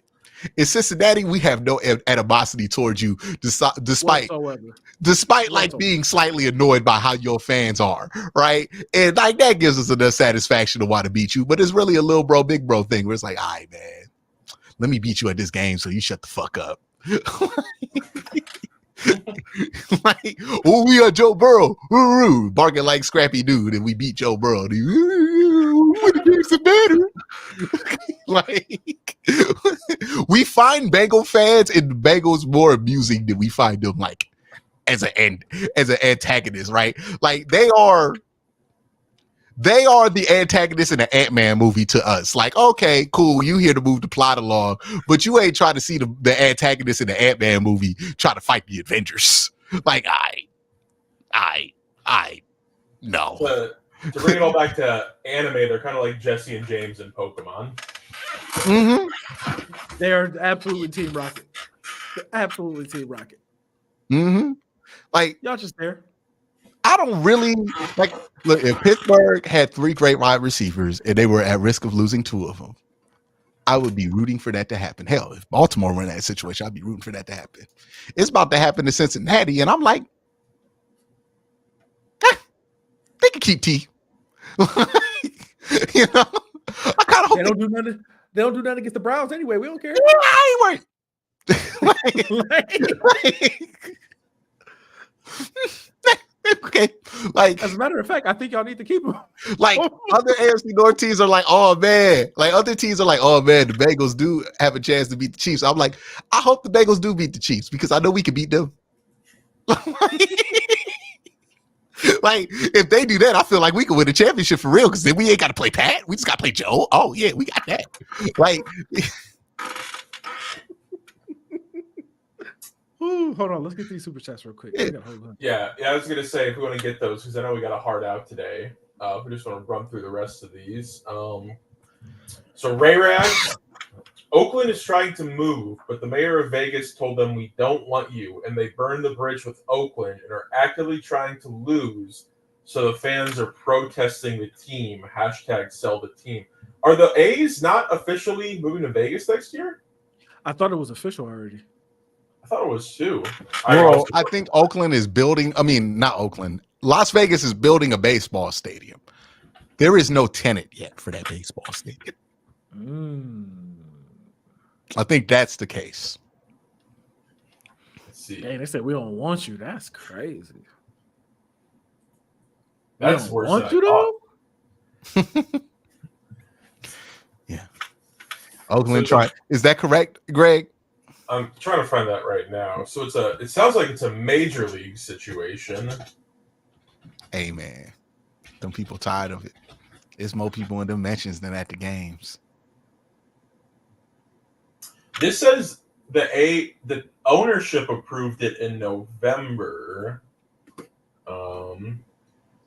There's an NPR article from November saying that the ownership approved it, but I'm looking for something that says that Vegas is also in agreement.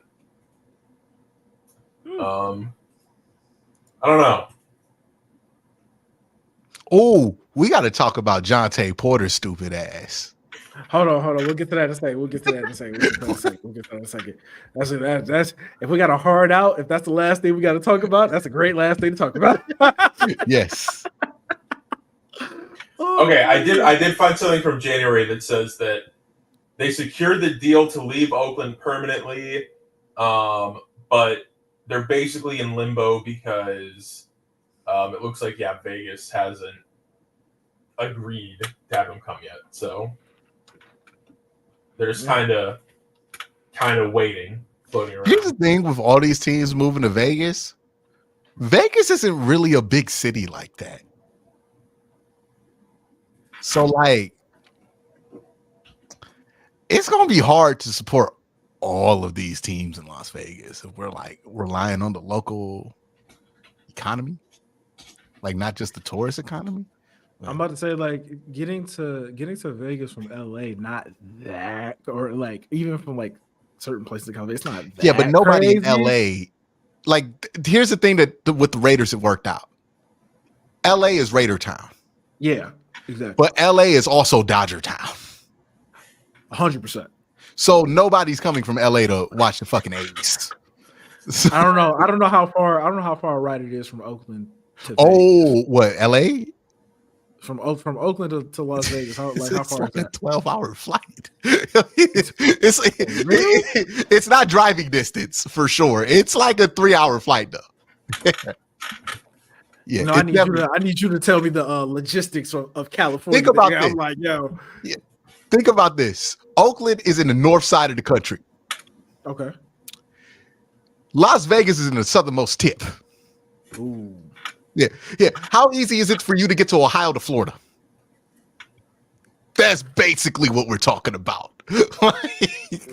I always forget like how big California is. That there's only 3 states above it. Yeah, like I always forget that. I was like, hey, California is actually like huge. Yeah. Yeah, California, like San Francisco and LA. I remember looking that up when I was living in LA. Like, oh yeah, I might go to San Francisco for a weekend. Absolutely fuck not. It's like an 8-hour drive or something like that. It's crazy. Mm-hmm. Yeah, I mean, it's an 8-hour drive of nothing, by the way. Like, even if you look at a map, it looks like LA and San Diego are right next to each other, but that's still like a 3-hour drive. Oh yeah. Yeah. Mike C. Rodriguez said 9-hour drive from Oakland to Vegas, 556 miles. Like, just to get from where the Dodgers play to where the Angels play, about a 3-hour drive. Dang. That's why it ain't nothing for these people to go to LA to Las Vegas to watch the Raiders. Okay. Man, 4 hours in comparison to that is nothing. And they're both called LA. Hey man, the Angels are LA. Like, they are absolutely not LA. Yeah, oof. Los Angeles Angels of Anaheim. They might as well be the Newport Beach Angels. Okay, like the Orange County Angels would make a lot more sense than LA. Okay, absolutely not. All right, man. But if we keep going through these super chats, we got another one from Ray Rags. Basketball media had drilled it into people's heads that you can't have 2 non-shooting bigs in the starting lineup. So when you have it, people just think it won't work off principle. The funniest part about that is that the Lakers won a title in 2020 playing Anthony Davis, and the next 2 is either JaVale McGee or Dwight Howard. Yeah, when you have LeBron James, I guess none of this shit actually matters. Hey man, I don't think any of the Cavs bigs could shoot. Well, Kevin Love is technically a big. I always forget this. Kevin Love is a big. Now, could he shoot in some of those championship runs? That's debatable, baby. Hey, the brother had like 9 points in the entire 16 finals. Shout out the stop though. Shout out the stop. Yeah. Shout out the stop. If it weren't for that stop, we'd be blaming Kevin Love, man. Like Kevin Love, whoo. Hey, he knew what was on the line on that one possession because he looked up. I got 6 points. Oh no, all my energy going into this one stop right here. It's not about the BB. Kyrie just made the shot. The block just happened. Like Kevin Love was like, it cannot be me that fucks this up. That man knew what it was. Oh man. We got another chat from Ray Rags here. A perfect player for them would have been Rockets PJ Tucker or Trevor Ariza. Literally, Trevor Ariza. Baller. Yes. Baller. Laker legend. We got Jimmy Butler. Rex Fortune, Kolb, the murder grandpa Minoru Suzuki had a match over the weekend and now is crowned the cutest princess in the world. Yeah, Japan gets weird with the wrestling. Send me the link to this. I'm trying to get into the Japanese wrestling. I'm trying my best, y'all. I promise. It's like between anime and Japanese wrestling, I probably just got to make that trip to Japan at some point. It is dope. I definitely got to make that trip. It is dope. We live in a good world for nerdy shit. Like you got all the anime, all the sci-fi shit that you could want, and like both wrestling companies are pretty good. Like, is it? Why are people complaining, man? Why are people complaining? We got to get you to watch Solo Leveling too, by the way. We got what? Got to get you to watch. We got to get you to watch Solo Leveling, by the way, because whoo, the fight is crazy. Leveling? That sounds. Yes. What is that? Yes. We got to get you to watch. Chat. Convince Q to watch Solo Leveling. You know, there are very few things that convince me. Why would you think chat is one of those things? I'm trying. It's great. When has chat ever convinced me? Oh man, let's not take that deep. It take chat a while to convince me that something be wrong with the stream, because sometimes y'all just be saying shit be wrong with the stream. Oh man. I'm not gonna lie, I'm looking at stills from Solo Leveling right now. It looks kind of cool, whatever it is. See, I'm telling you, it's good. This has been a coup.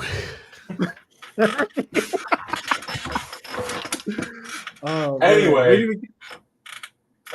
we got Soul Train here. I believe this is when we were talking about Bryce Young.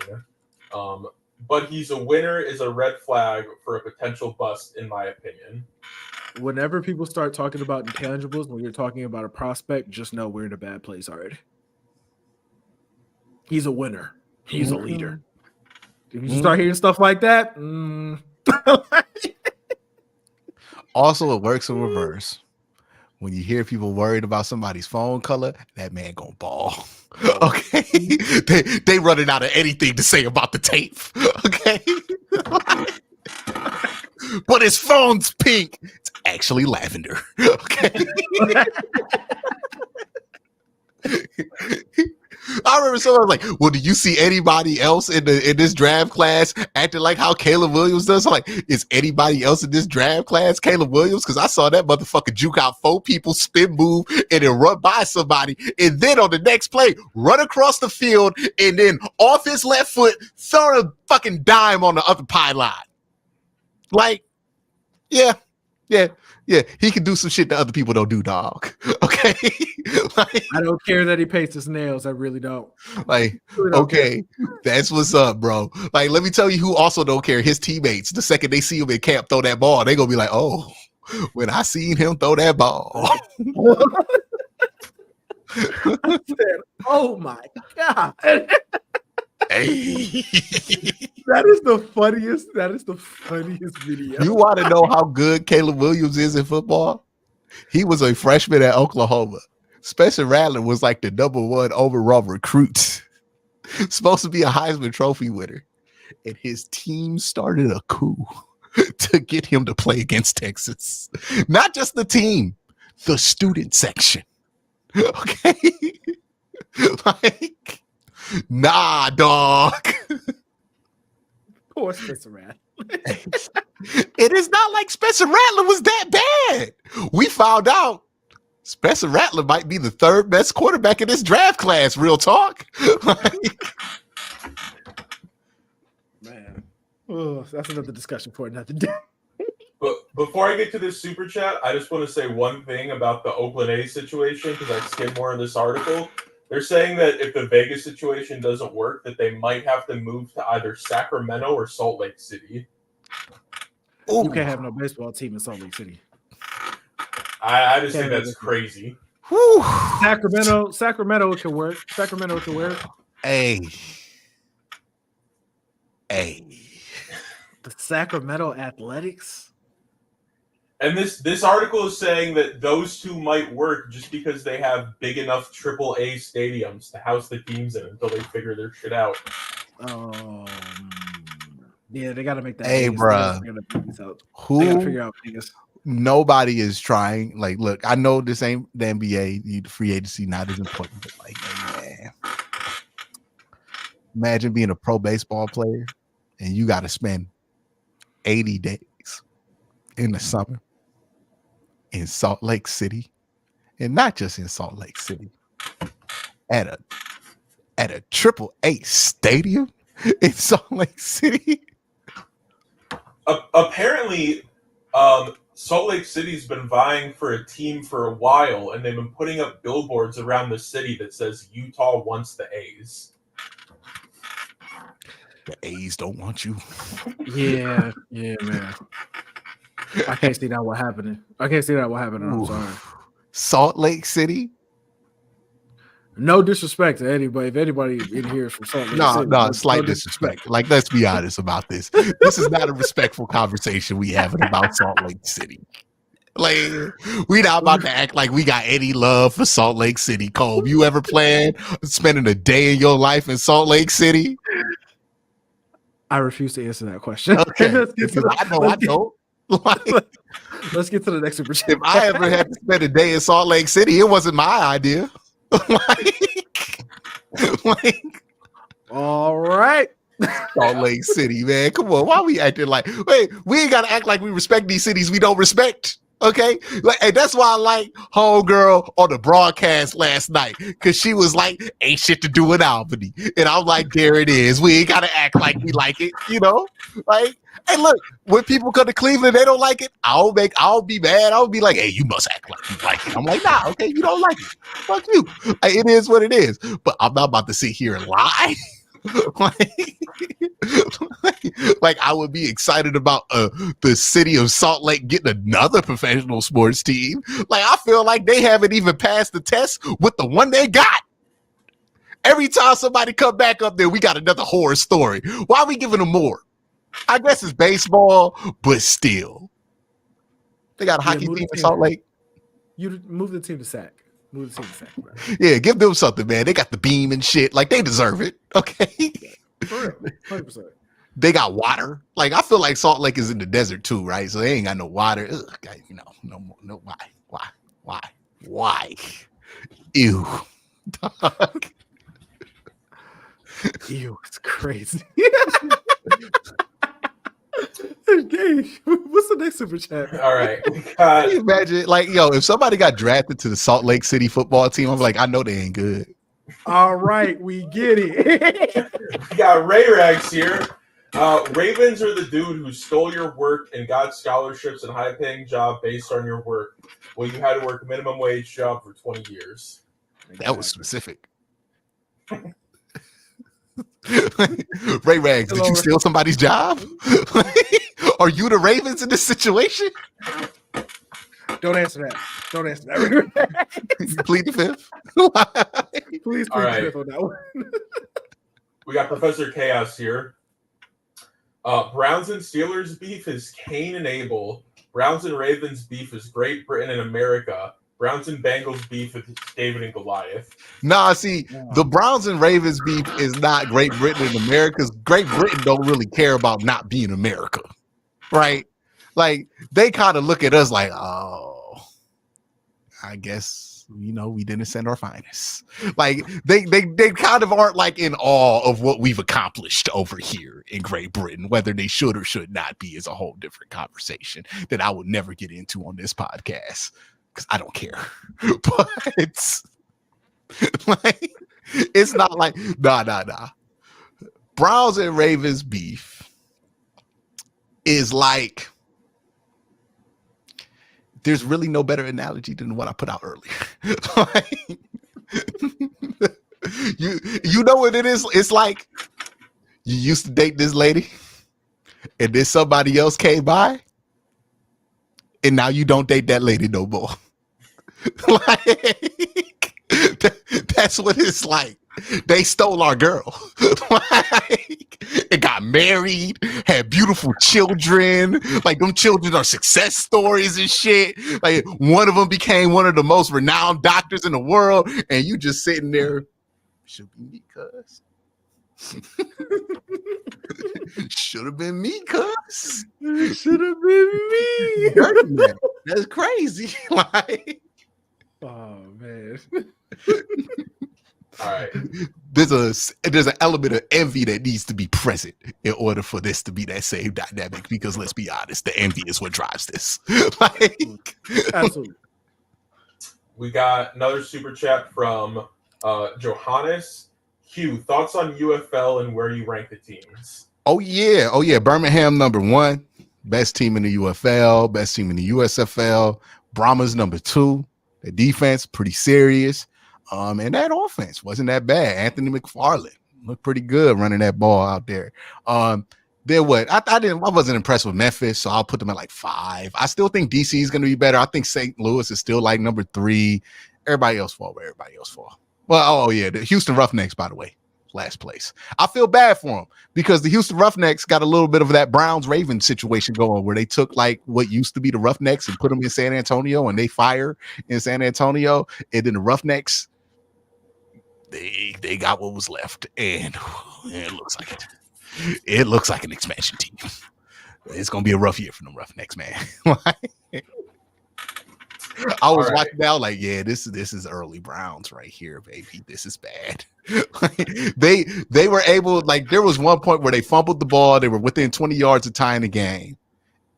They fumbled the ball in like within 20 yards of it, and then the other team fumbled. They got the ball back. They score, almost tie the game, but then like they get like a punt return to get the lead, and then they muff the punt. Like just like, oh man, I've seen this before. I've seen this immaculate fumbling of contention. Yeah, it's gonna be a rough year for Houston. Focus on the Texans. All right, we got Ray Rags with another super chat. Kolb, if Michigan played the Steelers, who are you rooting for? I'm rooting for a tie. Nobody can win that game. No, I'm easily rooting for Michigan. Michigan, 100%. Yeah, because that would be hilarious. If the Michigan Wolverines beat the Steelers. Oh man, you know how I would never let that. That's basically like when App State beat Michigan. It will never be let go. Okay. Ooh, I'll talk about that for the rest of my life. No. Like, ain't no way y'all lost to JJ McCartney. Like, hey man, they won the national championship that year. Y'all some losers. Okay. I would not just be rooting for it. I would wear Michigan gear. Okay. Me and Cole would be out here. Go blue, baby. Hell to the victors. Like, hell yeah, brother. Yeah. We be touching. Me and Cole would be at Michigan Stadium touching the little tent thing that they be touching, dog. Okay, what you mean? Yes, we would be rooting for Michigan. Are you serious? 100%. Oh my goodness! Look, if the KD Warriors were playing the Pittsburgh Steelers, it's time for me to forgive KD. Okay, like. And this is who we need to ask. Hey, Cole, if the Celtics were playing the Pittsburgh Steelers, and not just the Celtics, the KG Celtics.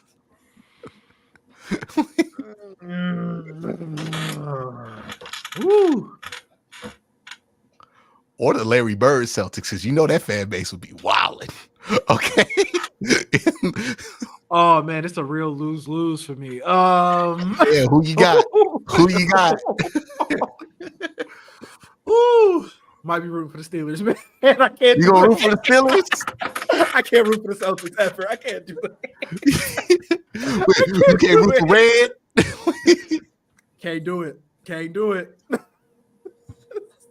Yeah, I don't know what it would take for me not to root against Pittsburgh. Like, I don't think there's anything I dislike in a sports sense more than Pittsburgh. Like, no. Legitimately, somebody could throw something out and ask me. I don't think it's gonna happen. Yeah, did you grow up with a lot of Steelers fans as well? Because I did, and I think that added to it. Not a lot, but like in Cleveland, there will be like that guy. right? That Yeah. guy at your school that likes Pittsburgh and he acts like he's a diehard Pittsburgh fan and he's annoying and you don't ever like to talk sports with him because he just be saying shit that people say now on Twitter. Like, Cole, you've had that guy in your lunchroom dynamic. I may have been that guy in my lunchroom dynamic because I was a Laker fan. I feel like I hope you brought more to the table, right? Like I hope you had a more nuanced conversation. Like this dude always comes by and be like, all y'all do is lose. Y'all some losers. Yeah, I feel like you was talking about PR and shit, okay, at the lunch table. Like you are not who I'm talking about. I'm talking about the guy who has nothing interesting to bring to the conversation except my team better, your team stinky. Okay, like that guy. Yeah, we had too many of those guys at Elyria High School for whatever reason. They all spawned there, I feel like. Mm-hmm. And then I went to college in the worst era to go to college and be a Browns fan in Youngstown, Ohio. The Steelers were peaking and the Browns were stinking. Okay. Like, oh man. But we got 10 minutes left here, so we can get through the rest of these super chats. From Ray Rags, I know it doesn't matter, but the Steelers didn't take the lead in the series till 2007, but you'll swear their fans think they've always beaten us. Well, all their fans our age, to be fair, you our age, they have always beaten us. They ain't trying to hear about the 60s. They ain't trying to hear about the 60s, man. They ain't trying to hear about everything else. Since we've been alive, they've been whooping our ass. They ain't trying to hear what we was doing to them in the Nixon administration. They ain't trying to hear what we was doing during Dwight D. Eisenhower's run. Like, hey, we was whipping their ass in World War II. Last 4 years, though. 4 years, we turned it around. Yeah, we turned it around. We got it around. I hate to say they don't beat us. They don't beat us in Cleveland no more. We don't beat them in Pittsburgh still, but they don't beat us here no more. We got the playoff game. You know what I'm saying? We got the playoff game. There was no fans. It don't matter. It don't matter at all. Fans. No, I need to see. Like, here's my dream for this season. I need to see these motherfuckers down by like 30, distraught, and then they play that stupid Renegade song, and nobody wants to do it, and it's just sad people. And it is that I will live off of that for like 10 years. Like the joy I feel from that will extend my life. Okay. Like, I will live till 90 because of that moment if I ever get it. So yes, I hate them. All right, we got another one from Ray Rags. When Ohio State played Navy at M&T Bank, my dad went and asked the bartender, half jokingly, where the Art Modell statue was so he could piss on it, and she said, don't say that too loud or they will kick him out. Hey man, like, I'm not gonna lie. You talk about peeing on a statue. Yeah, you can't do that post 9/11. Like, there are things that we just can't do no more in public, dog. Like, or even joke like we about to do in public. Like, all I'm gonna say is you shouldn't do things like that. You shouldn't say and like you notice he said half jokingly. Oh yeah, when you say half jokingly, that lets me know. That means he was gonna do it. He was gonna do it. Like, let Ohio State get up a little bit much, Listen, all I'm saying is Navy game. This is what was on his mind. He was watching Ohio State demolish our armed servicemen. Hey, that's hate. I'm not condoning that behavior, but I do understand. That's hatred, right? I get it. Don't do it, but I get it. That's hatred. Wow. We got a super chat here from Travis Stroman. Agree with Cole. Lamar would be a favorite player if he didn't play for the Ratbirds. I want the Ravens to lose every game they play. Which reminds me, hey man, fuck the Falcons for not getting Lamar. It was a layup, bro. It was a layup, man. We could have been rooting for Lamar as a family. We could have been happy. And y'all I'd have been at the games, dog. Like, we could have been happy. Like, you know what? We're going to be Q and Cole straight from Mercedes-Benz. Like, I ain't trying to hate on Lamar. I don't want to hate on Lamar at all, but he on the Ravens, so, fuck him. I ain't got to hate on him. I can celebrate his failures. But I'm not going to root for Lamar to go 10-2. I mean, I'm not going to root for Lamar to go 6-10. I will root for every Pittsburgh Steelers player to go 0-16 one day because they need to feel that pain. Because look, Baltimore weren't dancing in our faces when we went to 0-16. Baltimore didn't sprint onto the field after they beat us to clinch 0-16 like they won something. That was Pittsburgh. Fuck them. Hey, you know how UNC fans were rooting for NC State against Duke? That's how I feel. I will root for the Ravens to beat the Steelers before I will root for the Steelers to beat the Ravens. Honestly, yeah. Oh, you imagine if it was like Big Ben's last chance to get a Super Bowl rim. I hope Lamar beat the fuck out of him. Shit out of him. I want to say we have 5 minutes left and 8 super chats. So we got to speed run these last few. Ray Rag says, Cole, you need to watch Masato Tanaka versus Mike Awesome. Rest in peace. ECW One Night Stand 2005. Tanaka's been taking unprotected chair shots to the head since the 90s, and he's still wrestling doing it now. The CT is crazy. Absolutely going to watch this.